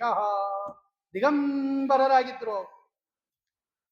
ಏನೂ ಇಲ್ಲ, ದಿಗಂಬರರಾಗಿ ಬರ್ತಾ ಇದ್ದಾರೆ. ಮುಂದೆ ಹೇಳುತ್ತಾರೆ ಅವರು, ದಿಗಂಬರಂ ವಕ್ರ ವಿಕೀರ್ಣ ಕೇಶಂ, ಅದಕ್ಕೆ ಅವಧೂತರು ಅಂತ ಕರೀತಾರೆ. ದಿಗಂಬರತ್ವಾದಿವಮೇವ ಅವಧೂತ ಚಿಹ್ನಂ, ಅದೇ ಅವಧೂತರವರು. ದಿಗಂಬರರಾಗಿ ಯಾರು ಬರ್ತಾರಲ್ಲ ಅವರೆಲ್ಲ ಸಾಮಾನ್ಯರಲ್ಲ, ಅವಧೂತ ಶಿಖಾಮಣಿಗಳು ಅಂತ ಕರೀತಾರೆ. ವಿಷ್ಣು ತೀರ್ಥರಿಗೂ ಅದೇ ಹೆಸರು, ಅವಧೂತ ಶಿಖಾಮಣಿಗಳು ಅಂತ ಕರೀತಾರೆ. ರುದ್ರದೇವರ ಅವತಾರ ಅಂತ ಬೇರೆ ಅವ್ರದ್ದು ಖ್ಯಾತಿ ಇದೆ. ಅತಯೇವ ಬಾಲೈಹಿ ಅವಧೃತಃ, ಬಾಲೈಹಿ ಅವಧೂತ ವೇಷ, ಹಿಂಗೆ ಬರ್ತಾ ಇದ್ದಾರೆ. ಆಮೇಲೆ ಶುಕ ಆಗಮನ ಪ್ರಕರಣ ಅಂತ ಇಟ್ಟಿದ್ದಾರೆ. ಯಾಕೆ? ಸಂಸ್ಕೃತದಲ್ಲಿ ಆ ಅದನ್ನು ಬಿಡಿಸ್ಬೋಣ ಈಗ. ಆ ಗಮನ, ಗಮನ ಅಂದ್ರೆ ಬರೋದು. ಆ ಅಂದ್ರೆ ಆಕೃತಿ ಅಂತ ಇನ್ನೊಂದು ಅರ್ಥ ಅದಕ್ಕೆ. ಆ ನಾಮೈಕ ದೇಶೇ ನಾಮಗ್ರಹಣಂ ಅಂತ ಒಂದು ನ್ಯಾಯ ಸಂಸ್ಕೃತದಲ್ಲಿ. ಆ ಅಂದ್ರೆ ಆಕೃತಿ. ಆಗಮನ ಅನ್ನೋ ಕಡೆ ಬಿಡಿಸ್ಬಿಟ್ಟಾಗ ಆ ಪ್ಲಸ್ ಗಮನ, ಗಮನ ಅಂದ್ರೆ ಬಂದದ್ದು ಅಂತ ಅರ್ಥ. ಬಂದ್ರು ಶುಕಾಚಾರ್ಯರು, ಅಷ್ಟೇ ಹೇಳಿದ್ರೆ ಸಾಕಾಗ್ತಿತ್ತು. ಅವ್ರನ್ನ ವರ್ಣನೆ ಬೇರೆ ಮಾಡಿದ್ದಾರೆ ಅಲ್ಲಿ ಭಾಗವತದಲ್ಲಿ. ಒಂದು 3 ಶ್ಲೋಕದಲ್ಲಿ ಶುಕಾಚಾರ್ಯರು ಹೇಗಿದ್ರು ಅಂತ ವರ್ಣನೆ ಮಾಡಿದ್ದಾರೆ. ಅದಕ್ಕೆ ಅವರಿಗೆ ಆಗಮನ ಅಂದ್ರೆ ಆ ಅಂದ್ರೆ ಆಕೃತಿ, ಅಂದ್ರೆ ಅವ್ರು ಹೇಗಿದ್ರು, ಅವರ ಆಕೃತಿ ಹೇಗಿತ್ತು ಅನ್ನೋದನ್ನು ವರ್ಣನೆ ಮಾಡಿದ್ದಾರೆ ಅಂತ ಆ ಪ್ರಕರಣದ ಹೆಸರಲ್ಲಿ ತೋರಿಸ್ತಾ ಇದ್ದಾರೆ ವಿಷ್ಣು ತೀರ್ಥರು. ಶುಕಾಚಾರ್ಯರ ಆಕೃತಿ, ಶುಕಾಚಾರ್ಯರ ಆಗಮನ, ಎರಡೂ ಅದು. ಆಗಮನ ಸೇರಿಸು ಬಿಡೋದು, ಒಂದು ಬೇರೆನೋ ಮಾಡ್ಕೊಂಡ್ಬಿಡೋದು, ಅದು ಆಗಮನ. ಈ ಹುಳಿ ಮಾಡಿರ್ತಾರೆ ನೋಡ್ರಿ, ಅನ್ನ ಮಾಡಿ ಹುಳಿ ಮಾಡಿರ್ತಾರೆ ಮಠದಲ್ಲಿ. ಹುಳಿ ಕಲಿಸ್ಕೊಂಡ್ಬಿಡ್ತೀವಿ ಅನ್ನಕ್ಕೆ, ಒಂದಷ್ಟು ಹೋಳು ಎತ್ತಿಟ್ಬಿಟ್ಟಿರ್ತೀವಿ ಅಲ್ಲಿ. ಯಾಕೆ ಅಂದ್ರೆ ಅದು ಮಜ್ಜಿಗೆ ಅನ್ನಕ್ಕೆ ಕಲಿಸ್ಕೊಂಬಬೇಕು ಅಂತ. ನೋಡಿ, ಹುಳಿನೇ ನೀವು 2 ಭಾಗ ಮಾಡ್ಕೊಂಡ್ಬಿಟ್ರಿ, ಹುಳಿ ಅನ್ನಕ್ಕೂ ಕಲ್ಸ್ಕೊಂಡ್ಬಿಟ್ರಿ ಒಂದಷ್ಟು ಹೋಳು, ಒಂದಷ್ಟು ಹೋಳು ತೆಗೆದಿಟ್ಬಿಟ್ಟು ಮಜ್ಜಿಗೆ ಅನ್ನ ಜೊತೆ ತಿಂತೀವಿ ಅಂತ ಅದಕ್ಕೂ ಕೊಟ್ಬಿಟ್ರಿ. ಹಂಗೆ ಪದಗಳು ಅಷ್ಟೇ. ಆಗಮನ ಅಂದಾಗ ಬಿಡಿಸ್ಕೊಂಡ್ಬಿಡೋದು. ಆಗಮನ ಅಂತ ಒಂದೇ ಪದ, ಅದು ಹುಳಿ ಹಾಕಿದ್ರು ಪಾಪ ಅವರು, ನಾವು ಆ ಅಂತ ಒಂದು ಮಾಡ್ಕೊಂಡ್ಬಿಡೋದು, ಗಮನ ಅಂತ ಒಂದು ಮಾಡ್ಕೊಂಡ್ಬಿಡೋದು. ಈ ಹುಳಿ ಎಣ್ಣೆ ಜೊತೆ ಒಂದು ಸೇರಿಸ್ಕೊಂಡ್ಬಿಡೋದು, ಇನ್ನು ಮಿಕ್ಕಿದ ಹೋಳೆಲ್ಲ ಮಜ್ಜಿಗೆ ಅನ್ನಕ್ಕೆ ಇಟ್ಕೊಂಡ್ಬಿಡೋದು. ಉಪ್ಪಿನಕಾಯಿ ಹಂಗೆ ತಾನೇ ಮಾಡೋದು ನಾವು. ಆ ಗಮನ, ಆ ಅಂದ್ರೆ ಆಕೃತಿ ಅಂತ ಅರ್ಥ. ಒಂದೇ ಅಕ್ಷರ ಸಾಕು ನಮಗೆ. ನಾಮೈಕ ದೇಶೇ ನಾಮಗ್ರಹಣಂ ಅಂತ ಸಂಸ್ಕೃತದಲ್ಲಿ ನ್ಯಾಯ ಅದು. ಭೀಮ ಅಂದ್ರೆ ಭೀಮಸೇನ, ಸತ್ಯ ಅಂದ್ರೆ ಸತ್ಯಭಾಮ. ನೋಡಿ, ಅಲ್ಲಿ ಹೇಳಬೇಕು ಅಂತ ಏನಿಲ್ಲ, ಅದು ಅಷ್ಟು ಹೇಳಿದ್ರೆ ಸಾಕು ನಮಗೆ. ಭೀಮ ಭೀಮ ಅಂತ ಅಷ್ಟೇ ಹೇಳೋದು, ಆದರೆ ಪೂರ್ತಿ ಭೀಮಸೇನ ಅಂತಾನೆ ಅದರ ಅರ್ಥ ಅದು. ಹಾಗಾಗಿ ಭೀಮ ಅಂದ್ರೆ ಭೀಮಸೇನ, ಸತ್ಯ ಅಂದ್ರೆ ಸತ್ಯಭಾಮ. ಭೈಷ್ಮಿ ಸತ್ಯ ಸಮೇತ ಅಂತಾರೆ ಅವರು, ಸತ್ಯಭಾಮ ಅಂತ ಹೇಳೋದಿಲ್ಲ ಅವರು. ಹಂಗೆ ಆ ಅಂದ್ರೆ ಆಕೃತಿ. ಅವರ ದೇಹ ಚಿಹ್ನೆ ಹೆಂಗಿತ್ತು, ಅವರ ದೇಹ ಹೆಂಗಿತ್ತು? 28 ಸಲ್ಲಕ್ಷಣ ಭರಿತ ದೇಹ ರುದ್ರದೇವರದು. 4 ಲಕ್ಷಣ ಕಡಿಮೆ ವಾಯುದೇವರಿಗಿಂತ ರುದ್ರದೇವರಿಗೆ. ತಾರತಮ್ಯದಲ್ಲಿ ಬರ್ತಾ ಬರ್ತಾ ಬರ್ತಾ ಆ ದೇಹದ ಲಕ್ಷಣಗಳು ಕಡಿಮೆ ಆಗ್ತಾ ಬರುತ್ತೆ. ಇಂದ್ರದೇವರಿಗೆ ಇನ್ನೂ ಕಡಿಮೆ. ಆಚಾರ್ಯ ತೋರಿಸ್ತಾರೆ ಮಹಾಭಾರತ ತಾತ್ಪರ್ಯದಲ್ಲಿ ಯಾವ ಯಾವ ಲಕ್ಷಣ ದುರ್ಲಕ್ಷಣ ಅದು, ಇನ್ನು ಮಿಕ್ಕಿದ್ದೆಲ್ಲ ಆ ಲಕ್ಷಣ ಇರಲ್ಲ ಅಂತ ಅರ್ಥ. ಏನಿತ್ತು ಅರ್ಜುನರಲ್ಲಿ ಅಂತ ತೋರಿಸಿದ್ದಾರೆ. ಅಂತಹ ಸಲ್ಲಕ್ಷಣ ಭರಿತ ದೇಹವನ್ನ ಶುಕಾಚಾರ್ಯರಿಗಿತ್ತು.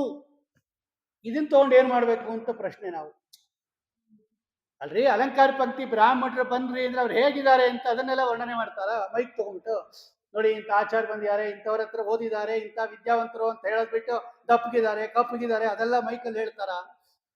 ಮತ್ತೆ ಅದನ್ನ ಯಾಕೆ ತಿಳ್ಕೋಬೇಕು ನಾವು ಅಂದ್ರೆ, ತಿಳ್ಕೋಬೇಕು ಅಂತಾರೆ ಅವರು. ಯಾಕೆ ಅಂದ್ರೆ ಆಪಾದಮೌಳಿ ಪರ್ಯಂತಂ ಗುರುಣಾಂ ಆಕೃತಿಂ ಸ್ಮರೇತ್ ತೇನ ವಿಘ್ನಾಃ ಪ್ರಣಶ್ಯಂತಿ ಸಿದ್ಧ್ಯಂತಿ ಚ ಮನೋರಥಾಃ. ನಮ್ಮಂತವರ ಆಕೃತಿ ತಿಳ್ಕೊಂಡ್ರೆ ಏನು ಪ್ರಯೋಜನ ಇಲ್ಲ, ಇನ್ನೂ ಕೂಡ ಬೇಜಾರಾಗುತ್ತೆ ಕೆಲವು ಸಲ. ಆದರೆ ಜ್ಞಾನಿಗಳಿದಾರಲ್ಲ ಅವರ ಆಕೃತಿಯನ್ನು ತಿಳ್ಕೋಬೇಕು, ಆಕಾರವನ್ನು ತಿಳ್ಕೋಬೇಕು. ಯಾಕೆಂದ್ರೆ ತೇನ ವಿಘ್ನಾಃ ಪ್ರಣಶ್ಯಂತಿ. ಆ ಶ್ಲೋಕನೇ ಹೇಳತ್ರಿ, ಆ ಪಾದಮೌಳಿ ಪರ್ಯಂತಂ. ಪಾದದಿಂದ ಪ್ರಾರಂಭ ಮಾಡಿಕೊಂಡು ಮೌಳಿ ಶಿರಃ ಪರ್ಯಂತ ಅವ್ರು ಹೇಗಿದ್ದಾರೆ ಅಂತ ತಿಳ್ಕೋಬೇಕಂತೆ ಜ್ಞಾನಿಗಳದು. ಭಗವಂತನದಿಂದ ಪ್ರಾರಂಭ ಮಾಡಿ ಆಪಾದಮೌಳಿ ಪರ್ಯಂತಂ ಗುರುಣಾಂ ಆಕೃತಿಂ ಸ್ಮರೇತ್ ತೇನ ವಿಘ್ನಾಃ ಪ್ರಣಶ್ಯಂತಿ ಸಿದ್ಧ್ಯಂತಿ ಚ ಮನೋರಥಾಃ. ಅಷ್ಟರಿಂದಲೇ ಅವರು ಸಕಲ ಮನೋರಥಗಳನ್ನು ಕೊಡ್ತಾರಂತೆ. ಅತಯೇವ ಅಲ್ಲಿ ಶುಕಾಚಾರ್ಯರದು ಆಕೃತಿ ಹೆಂಗಿತ್ತದು? ತಂಬ್ಯಷ್ಟ ವರ್ಷಂ ಸುಕುಮಾರ ಪಾದ ಕರೋರು ಬಾಹ್ವಂಸ ಕಪೋಲ ಗಾತ್ರಂ ಚಾರ್ವಾರುಣಾಕ್ಷೋನ್ನತ ತುಲ್ಯ ಕರ್ಣಂ ಶುಭ್ರಾನನಂ ಕಂಬು ಸುಜಾತ ಕಂಠಂ. ಎಂತದ್ರಿ ಅದು? ಅವ್ರು ಯಾವಾಗಲೋ ಹುಟ್ಟಿದವರು ಅವರು, ಆದರೂ 16 ವಯಸ್ಸಿನ ಒಬ್ಬ ಹುಡುಗ ಹೆಂಗಿರ್ತಾನೋ ಹಂಗೆ ಇರೋದಂತೆ ಅವರು. ಅವ್ರು ಮುಂಚೆನೆ ಹುಟ್ಟಿದವರು ಅವರು, ಆದರೂ ಕೂಡ ಯಾವಾಗಲೂ ಹಂಗೆ ಇರ್ತಾರಂತೆ. ತಂದ್ಯಷ್ಟ ವರ್ಷಂ, 16 ವರ್ಷದ ಕುಮಾರರಂತೆ ಇರತಕ್ಕಂತಹ ಒಳ್ಳೆ ಮೃದುವಾಗಿರ್ತಕ್ಕಂತಹ ಹಸ್ತ ಅದು. ಅದು ದ್ವಾತ್ರಿಂಶ ಲಕ್ಷಣ ಹೆಂಗಿರಬೇಕು ಅಂತ ಆಚಾರ್ಯರು ಬರೆದಿದ್ದಾರೆ. ಸುಮ್ಮನೆ 32 ಲಕ್ಷಣ 32 ಲಕ್ಷಣ ಅಂದ್ಬಿಡ್ತೀವಿ. ಏನು 32 ಲಕ್ಷಣ? ಅದು ಎಲ್ಲೆಲ್ಲಿ ಇರಬೇಕು, ಯಾವ್ಯಾವ ಭಾಗ ಹೆಂಗೆಂಗಿರಬೇಕು, ತೆಳ್ಳಿಗೆ ಯಾವ್ದಿರಬೇಕು, ದಪ್ಪಗೆ ಯಾವ್ದಿರಬೇಕು, ಉದ್ದ ಯಾವ್ದಿರಬೇಕು, ಕೆಂಪಿಗೆ ಇರಬೇಕು, ಇದೆಲ್ಲ ಇಷ್ಟಿಷ್ಟು ಇರಬೇಕು ಅಂತ ಆಚಾರ್ಯರು ಬರೀತಾರೆ ಮಹಾಭಾರತ ತಾತ್ಪರ್ಯದಲ್ಲಿ.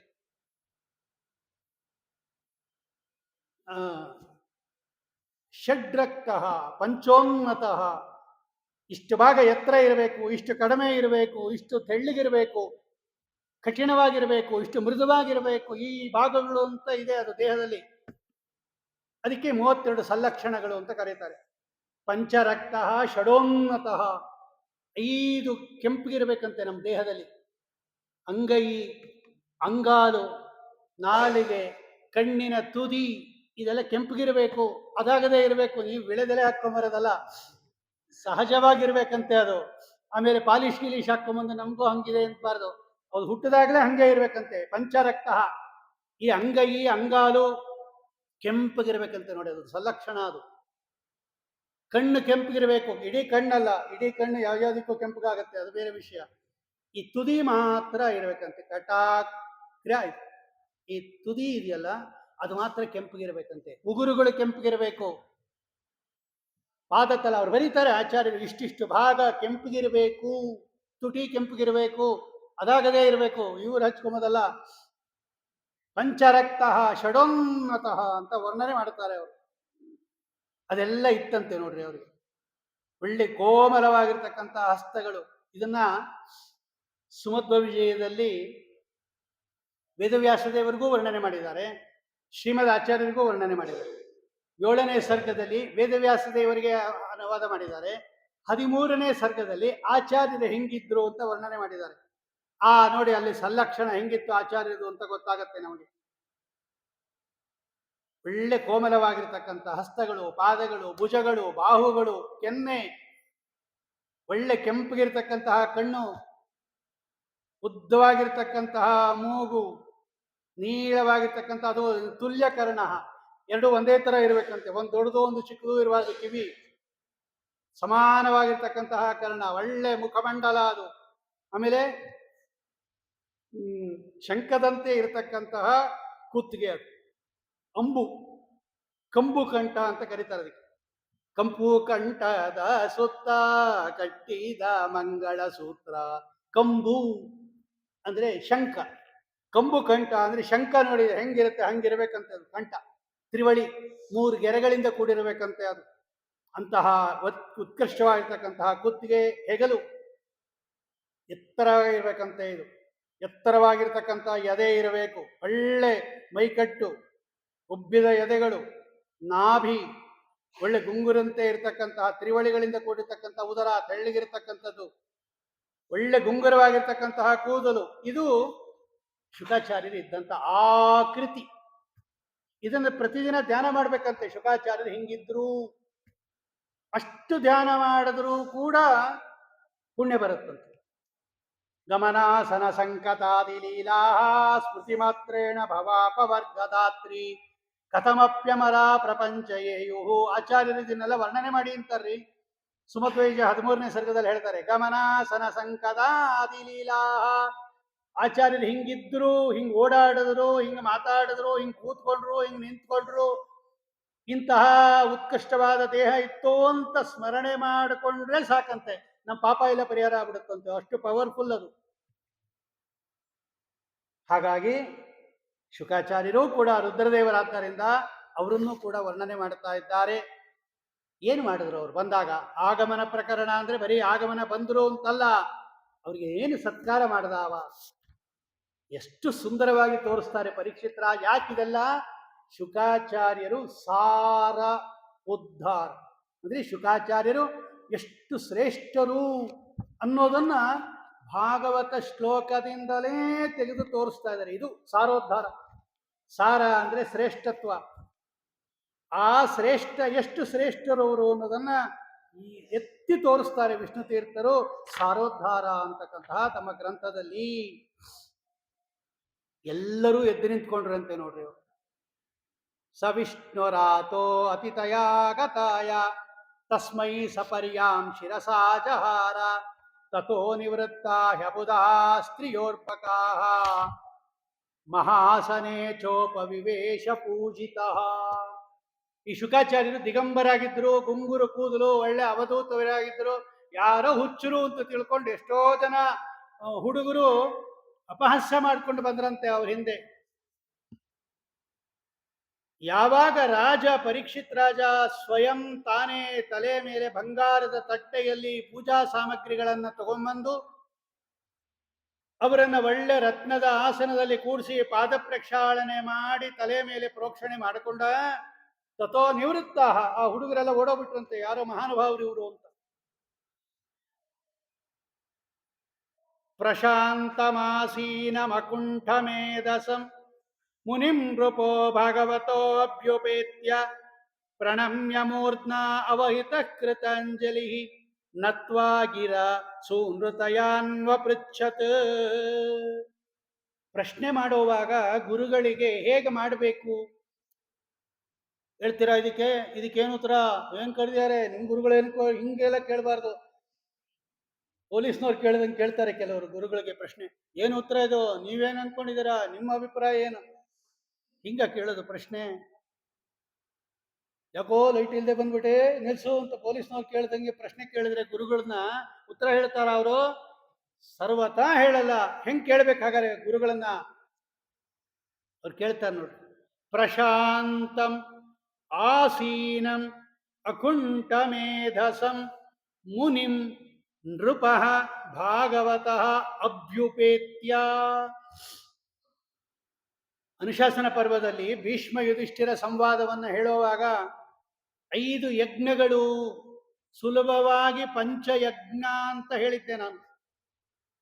ಒಬ್ಬ ದೊಡ್ಡವರು ಬಂದಾಗ ಅವರನ್ನ ಆದರ ಮಾಡಿಬಿಟ್ಟರೆ 5 ಯಜ್ಞ ಮಾಡಿದ ಫಲ ಬರುತ್ತೆ ಅಂತ ಮಹಾಭಾರತದಲ್ಲಿ ಭೀಷ್ಮಾಚಾರ್ಯರು ದಾನ ಧರ್ಮ ಪರ್ವದಲ್ಲಿ ಯುಧಿಷ್ಠಿರನಿಗೆ ಹೇಳ್ತಾರೆ. ಏನು ಅಂದ್ರೆ ಮೊದಲು ಅವರನ್ನ ನೋಡ್ಬೇಕಂತೆ. ನೋಡಿ, ಫಸ್ಟ್ ಯಾರಾದರೂ ಜ್ಞಾನಿಗಳ ಬಂದರೆ ಅವರನ್ನು ನೋಡ್ಬೇಕಂತೆ, ಅದು ಒಂದು ಯಜ್ಞ ಮಾಡ್ದಂಗಾಯ್ತು.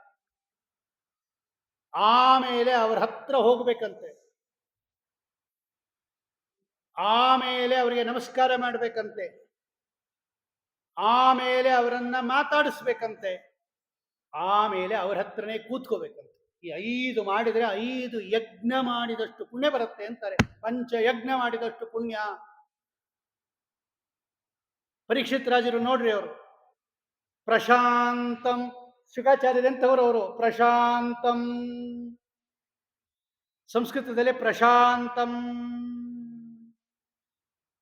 ಯಾವಾಗಲೂ ಭಗವಂತನಲ್ಲೇ ಯಾರು ಮನಸ್ಸಿಟ್ಟಿರ್ತಾರಲ್ಲ ಇವರಿಗೆ ಪ್ರಶಾಂತರು ಅಂತ ಕರೀತಾರೆ. ಶಾಂತರು ಅಂದ್ರೇನೆ ಭಗವನ್ನಿಷ್ಠ ಬುದ್ಧಿ ಉಳ್ಳವರು, ಶಮ. ಅದರಲ್ಲಿ ಪ್ರಶಾಂತರು ಅಂದ್ರೆ ಇನ್ನೂ ಚೆನ್ನಾಗಿ, ಅದ್ರಲ್ಲಿ ಗ್ರೇಡ್ ಅದು. ಪ್ರಶಾಂತಂ ಆಸೀನಂ, ಕೂಡಿಸ್ಬೇಕಂತೆ ಅವರನ್ನ, ಒಳ್ಳೆ ಆಸನ ಕೊಟ್ಟು ಕೂಡಿಸಿದ್ದ. ಆಮೇಲೆ ಅಕುಂಠ ಮೇಧಸಂ, ಮೇಧಸ್ಸು ಅಂದ್ರೆ ಜ್ಞಾನ, ಕುಂಠ ಅಂದ್ರೆ ಕಡಿಮೆ. ಅಕುಂಠ ಮೇಧಸಂ, ಮಹಾಜ್ಞಾನಿಗಳಾಗಿರತಕ್ಕಂಥವರವರು. ಅಂತಹ ಮುನಿಂ, ಮನನಶೀಲರಾಗಿರತಕ್ಕಂತಹ ಶುಕಾಚಾರ್ಯರನ್ನ ಭಾಗವತಃ ನೃಪಃ, ಮಹಾಭಕ್ತನಾಗಿರ್ತಕ್ಕಂತಹ ಪರೀಕ್ಷಿತ್ ರಾಜರು ಅಭ್ಯುಪೇತ್ಯ, ಅವರ ಹತ್ರ ಹೋಗಿದಾರಂತೆ ಅವರು. ಪರೀಕ್ಷಿತ್ ರಾಜರು ಶುಕಾಚಾರ್ಯರ ಹತ್ರ ಹೋಗಿ ನಮಸ್ಕಾರ ಹೆಂಗ್ ಮಾಡ್ಬೇಕಪ್ಪ ಅಂತ ಪ್ರಶ್ನೆ ಬಂದಾಗ ಪ್ರಣಮ್ಯ ಮೂರ್ಧ್ನಾ ಅವಹಿತ ಕೃತಾಂಜಲಿ ನತ್ವಾ, ಕೃತಾಂಜಲಿ ಎರಡೂ ಕೈ ಜೋಡಿಸ್ಕೊಂಡಿದ್ದಾರಂತೆ, ನತ್ವಾ ನಮಸ್ಕಾರ ಮಾಡಿದ್ದಾರೆ. ಹೆಂಗೆ? ಪ್ರಣಮ್ಯ ಮೂರ್ಧ್ನಾ ಅವಹಿತ ಕೃತಾಂಜಲಿ. ಅವ್ರು ಬರೀತಾರೆ ನೋಡಿ, ಸಮೀಪೆ ಸ್ಥಿತ್ವ ಮೂರ್ಧ್ನ ತದುಪಲಿಕ್ಷಿತೈ ಸರ್ವಾಂಗೈ ಪ್ರಣಮ್ಯ ಕೃತಾಂಜಲಿ ಭೂತ್ವ. ನಮ್ಮ ಹಣೆ ಇದೆಯಲ್ಲ, ನಮ್ಮ ಹಣೆ ಅವರ ಪಾದಕ್ಕೆ ತಾಕಬೇಕಂತ, ಹಂಗೆ ನಮಸ್ಕಾರ ಮಾಡ್ಬೇಕಂತ. ಕೆಲವರು ಸುಮ್ಮನೆ ಹಿಂಗೆ ಮಾಡ್ತಾರೆ, ತಲೆ ಹಿಂಗೆ ಬಗ್ಗಿಸ್ಬಿಡ್ತಾರೆ, ಹಿಂಗೆ ಕಣ್ಣು ಭೂಮಿ ಕೈ ಕಣ್ಣು ಗೊತ್ಕೊಂಡ್ಬಿಡ್ತಾರೆ, ಅಲ್ಲೆಲ್ಲೋ ಇರುತ್ತೆ ಹಿಂಗೆ. ವಿಧ ವಿಧವಾದ ನಮಸ್ಕಾರಗಳು ನಮ್ದೆಲ್ಲ ಬರೀ ವಿಚಿತ್ರ ವಿಚಿತ್ರ. ಅದು ಬಗ್ಗಕ್ಕಾಗಲ್ಲ ಅಂತ ಕೆಲವರು ಅದೇ ಹೇಳ್ಬಿಡ್ತಾರೆ, ಏನ್ ತಿಳ್ಕೊಬೇಡಿ ಆಚಾರ್ಯ, ನಂಗೆ ಬಗ್ಗಕ್ಕಾಗಲ್ಲ. ಬೇಡಮ್ಮ ನೀವು ಬಗ್ಲೇಬೇಡಿ, ಏನ್ ತೊಂದರೆ ಇಲ್ಲ. ಆಮೇಲೆ ಬಿದ್ದಿದ್ದೋದಿ ಎಲ್ಲಿ ನಮ್ಮ ಮೇಲೆ ಬಿದ್ದೋಗ್ಬಿಡ್ತಾರೆ. ಆಮೇಲೆ ನೀವು ನಮಸ್ಕಾರನೇ ಮಾಡಬೇಡ್ರಿ. ಹೆಂಗೆ ನಮಸ್ಕಾರ ಮಾಡಬೇಕು ಅಂದ್ರೆ, ಮುಂದೆ ಚತುರ್ಥ ಸ್ಕಂದದಲ್ಲಿ ಭಾಗವತದಲ್ಲಿ ಇದೆ ಅದು. ವಿದುರರು ಹೆಂಗ್ ನಮಸ್ಕಾರ ಮಾಡಿದ್ರು ಮೈತ್ರೇಯರಿಗೆ ಅಂತ. ಚತುರ್ಥ ಸ್ಕಂದದ ಅಂತ್ಯಭಾಗದಲ್ಲಿ ವಿದುರ ಮೈತ್ರೇಯರ ಸಂಭಾಷಣೆ ಮುಗಿದೋದ ಮೇಲೆ ವಿದುರರು ಹೆಂಗೆ ನಮಸ್ಕಾರ ಮಾಡಿದ್ರು ಮೈತ್ರೇಯರಿಗೆ ಅಂತ ಭಾಗವತದಲ್ಲೇ ಇದೆ. ಹಂಗೆ ನಮಸ್ಕಾರ ಮಾಡ್ಬೇಕಂತೆ. ನಮ್ಮ ಹಣೆ ಇದೆಯಲ್ಲ, ಅದು ಅವರ ಪಾದಕ್ಕೆ ತಾಕಬೇಕಂತೆ. ಗಂಡಸರು ಮಾತ್ರ, ಆಮೇಲೆ ಹೆಂಗಸರು ತಾಕಿಸ್ಬಿಡ್ಬೇಡ್ರಿ, ಸ್ವಾಮಿಗಳಿಗೆ ತಾಕಿಸ್ಬಿಡ್ಬೇಡ್ರಿ. ಜನರಲ್ ಆಗಿ ಹೇಳ್ತಾ ಇರೋದು ಅದು. ಅವ್ರು ಮಡಿಲಿರ್ತಾರೆ, ಆಮೇಲೆ ಸ್ವಾಮಿಗಳಿಗೆ ಹಣೆ ತಾಕಿಸು ಅಂತ ಹೇಳಿದ್ದಾರೆ ಅಂದ್ಬಿಟ್ಟು ಅವ್ರು ಹಿಡ್ಕೊಂಡ್ಬಿಟ್ಟು 2 ಸಲ ಸ್ನಾನ ಮಾಡ್ಬೇಕಾಗತ್ತೆ. ಆಯಾ ಸಂದರ್ಭ ಎಲ್ಲ ನೋಡ್ಕೊಂಡು ಆಮೇಲೆ ಅನಂತಾಚಾರ್ಯ ಓಡಾಡ್ತಾ ಇರ್ತಾರೆ. ಯಾರು ಹೇಳಿದ್ದಾರೆ ಪಾದಕ್ಕೆ ನಮಸ್ಕಾರ ಮಾಡಬೇಕು ಅಂತ, ಅವ್ರಿಗೆ ತಾಕಿಸ್ಬಿಡ್ಬೇಡಿ. ಅವ್ರು ಮೊದಲೇ 3-4 ಸ್ನಾನ ಅವ್ರದ್ದು, ಇನ್ನೊಂದೆರಡು ಮಾಡಿಸ್ಬೇಡಿ. ಅದು ಸಮಯ ಸಂದರ್ಭ, ಯಾರೋ ಗಂಡಸರೋ ಹೆಂಗಸರೋ ಸ್ವಾಮಿಗಳೋ ಎಲ್ಲ ನೋಡಿಕೊಂಡು. ಆದರೆ ಎಲ್ಲ ಈಗ ಇದ್ದಾಗ ಏನು ಮಡಿಲಿರಲ್ವಲ್ಲ, ಇಂಥ ಸಂದರ್ಭದಲ್ಲಿ ನಮಸ್ಕಾರ ಮಾಡುವಾಗ ತಲೆ ತಾಕಿಸ್ಬೇಕದು. ಅವ್ರು ನೋಡ್ರಿ, ವಿಜಯದಾಸರು ಹೇಳ್ತಾರಲ್ಲ, ನೀಚೋಚ್ಚ ತಿಳಿಯದೆ ಸರ್ವರ ಚರಣಕ್ಕೆ ತಾಕೀರೆ ನೊಸಲ ಹಸ್ತಂಗಳ. ನೊಸಲು ಅಂದ್ರೆ ಹಣೆ. ತೋರಿಸ್ತಾ ಇದ್ದಾರೆ ಅವರು, ನೀಚೋಚ್ಚ ತಿಳಿಯದೆ ಸರ್ವರ ಚರಣಕ್ಕೆ ತಾಕೀರೆ ನೊಸಲ ಹಸ್ತಂಗಳ. ಅವ್ರ ಪಾದಕ್ಕೆ ನನ್ನ ಹಣೆ ತಾಕಿಸ್ಬಿಟ್ಟೆ. ನೀಚೋಚ್ಚ ತಿಳಿಯದೆ, ಅವ್ರು ನನಗಿನ್ನ ಚಿಕ್ಕೋರೋ ದೊಡ್ಡವರು ಅಂತ ಗೊತ್ತಿಲ್ಲದೆ ಮಾಡಿಸ್ಬಿಟ್ಟೆ ಅಂತಾರೆ ಅವರು. ಆವಾಗ ಹಿಂದೆ ಅಂದ ಮೇಲೆ ನಮಸ್ಕಾರ ಹೆಂಗ್ ಮಾಡ್ಬೇಕು ಅವರು? ಪ್ರಣಮ್ಯ ಮೂರ್ಧ್ನ ಅವಹಿತ ಕೃತಾಂಜಲಿ. ಎರಡೂ ಕೈ ಜೋಡಿಸಿರ್ಬೇಕಂತೆ. ಅದಕ್ಕೆ ಉಪಲಕ್ಷಿತ. ಮೂರ್ಧ್ನ ಅಂದ್ರೆ ಬರೀ ತಲೆ ಅಲ್ಲ, ಸರ್ವಾಂಗ ಅಂತ ಬರೀತಾರೆ ಅವರು. ಬರೀ ತಲೆ ಹಿಂಗ್ ಅನ್ಬಿಡೋದಲ್ಲ. ಮೂರ್ಧ್ನ ಉಪಲಕ್ಷಿತ ತದುಪಲಕ್ಷಿತ ಸರ್ವಾಂಗೈಹಿ ಅಂತ ಬರೀತಾರೆ. ಅಷ್ಟೂ ಅಂಗಗಳಿಂದ ನಮಸ್ಕಾರ ಮಾಡ್ಬೇಕು ಅವ್ರಿಗೆ. ಆಮೇಲೆ ಸೂನೃತಯ ಗಿರ. ಸೂನೃತಯ ಅವ್ರ ವ್ಯಾಖ್ಯಾನಕ್ಕೆ ಬರೀತಾರೆ ಅವರು. ಸೂನೃತಯ ಗಿರ ಪ್ರಿಯವಚನೇನ ಅಂತ ಬರೀತಾರೆ. ಸೂನೃತ ಅಂದ್ರೆ ಪ್ರಿಯವಾದ ಮಾತುಗಳಿಂದ. ಅಂದ್ರೆ ಅವರು, ನಾವು ಪ್ರಶ್ನೆ ಹೆಂಗ್ ಕೇಳಬೇಕು ಅಂದ್ರೆ ಅವರಿಗೆ ಉತ್ತರ ಹೇಳುವ ಮನಸ್ಸು ಬರಬೇಕು, ಹಂಗ್ ಕೇಳ್ಬೇಕಂತೆ ಅವ್ರನ್ನ. ಇವ್ರು ಕೇಳೋವಾಗಲೇ ಒಳ್ಳೆ ಅವ್ರನ್ನ ಜೈಲ್ಗೆ ಹಾಕೋ ತರ ಕೇಳಿದ್ರೆ ಅವ್ರನ್ನ ಗೊತ್ತಿಲ್ಲ ಅಂದ್ಬಿಡ್ತಾರ. ಸೂನೃತಯ ನಿಧಾನಕ್ಕೆ ಪ್ರೀತಿ ಹುಟ್ಟೋ ಹಾಗೆ ಪ್ರಿಯ ವಚನದಿಂದ ಸ್ತೋತ್ರ ಮಾಡಿ ಪ್ರಷ್ಟವ್ಯ ಸಮ್ಯಕ್ ಅಪೃಚ್ಛತ್, ಕೇಳಬೇಕಾಗಿರ್ತಕ್ಕಂಥದ್ದನ್ನ ಕೇಳಿದರು ಅನ್ನೋದನ್ನ ಇಷ್ಟು ಶುಕಾಗಮನ ಪ್ರಕರಣ ಅಂತ ಒಂದು ಪ್ರಕರಣವನ್ನ ಇಟ್ಟಿದ್ದಾರೆ. ಏನು ಪ್ರಶ್ನೆ ಮಾಡಿದ್ರು ಅನ್ನೋದನ್ನ ನಾಳೆ ದಿವಸ ಚಿಂತನೆ ಮಾಡೋಣ. ಶುಕಾಗಮನ ಪ್ರಕರಣ ಎಷ್ಟು ಸುಂದರವಾಗಿದೆ, ಶುಕಾಚಾರ್ಯರು ಎಂತಹ ಮಹಾನುಭಾವರು, ಅವರಲ್ಲಿರ್ತಕ್ಕಂತಹ ಗುಣಗಳೇನು, ಅದಕ್ಕೆ ಅವರು ಸಾರ ಶ್ರೇಷ್ಠರಾಗಿರ್ತಕ್ಕಂತಹ ಅನ್ನೋದನ್ನ ಭಾಗವತ ವಾಕ್ಯಗಳಿಂದಲೇ ಸಾರೋದ್ಧಾರಕಾರರು ತೆಕ್ಕೊಟ್ಟಿದ್ದಾರೆ. ಇಂತಹ ಉಪಕಾರವನ್ನು ಮಾಡಿರ್ತಕ್ಕಂತಹ ವಿಷ್ಣು ತೀರ್ಥರಿಗೆ ನಾವೆಲ್ಲ ಮತ್ತೊಮ್ಮೆ ನಮಸ್ಕಾರವನ್ನು ಮಾಡಿ ಇವತ್ತಿನ ಪ್ರವಚನವನ್ನು ಭಗವಂತನಲ್ಲಿ ಸಮರ್ಪಣೆ ಮಾಡೋಣ. ಶ್ರೀಕೃಷ್ಣಾರ್ಪಣಮಸ್ತು. ಕಾಯೇನ ವಾಚ ಮನಸೇಂದ್ರಿಯರ್ವಾ ಬುದ್ಧ್ಯಾತ್ಮನಾ ವಾ ಪ್ರಕೃತಿ ಸ್ವಭಾವಾತ್ ಕರೋಮಿ ಯದ್ಯತ್ ಸಕಲಂ ಪರಸ್ಮೈ ನಾರಾಯಣಾಯೇತಿ ಸಮರ್ಪಯಾಮಿ. ನಾಳೆ ಇದೊಂದು ಉಳಿದಿರೋದಿದು, ಇನ್ನೊಂದು ಪ್ರಕರಣ ನಾಳೆ ಹೇಳಿಬಿಟ್ಟು ಈ ಪ್ರವಚನವನ್ನು ಮುಕ್ತಾಯ ಮಾಡೋಣ. ಶ್ರೀಕೃಷ್ಣಾರ್ಪಣಮಸ್ತು.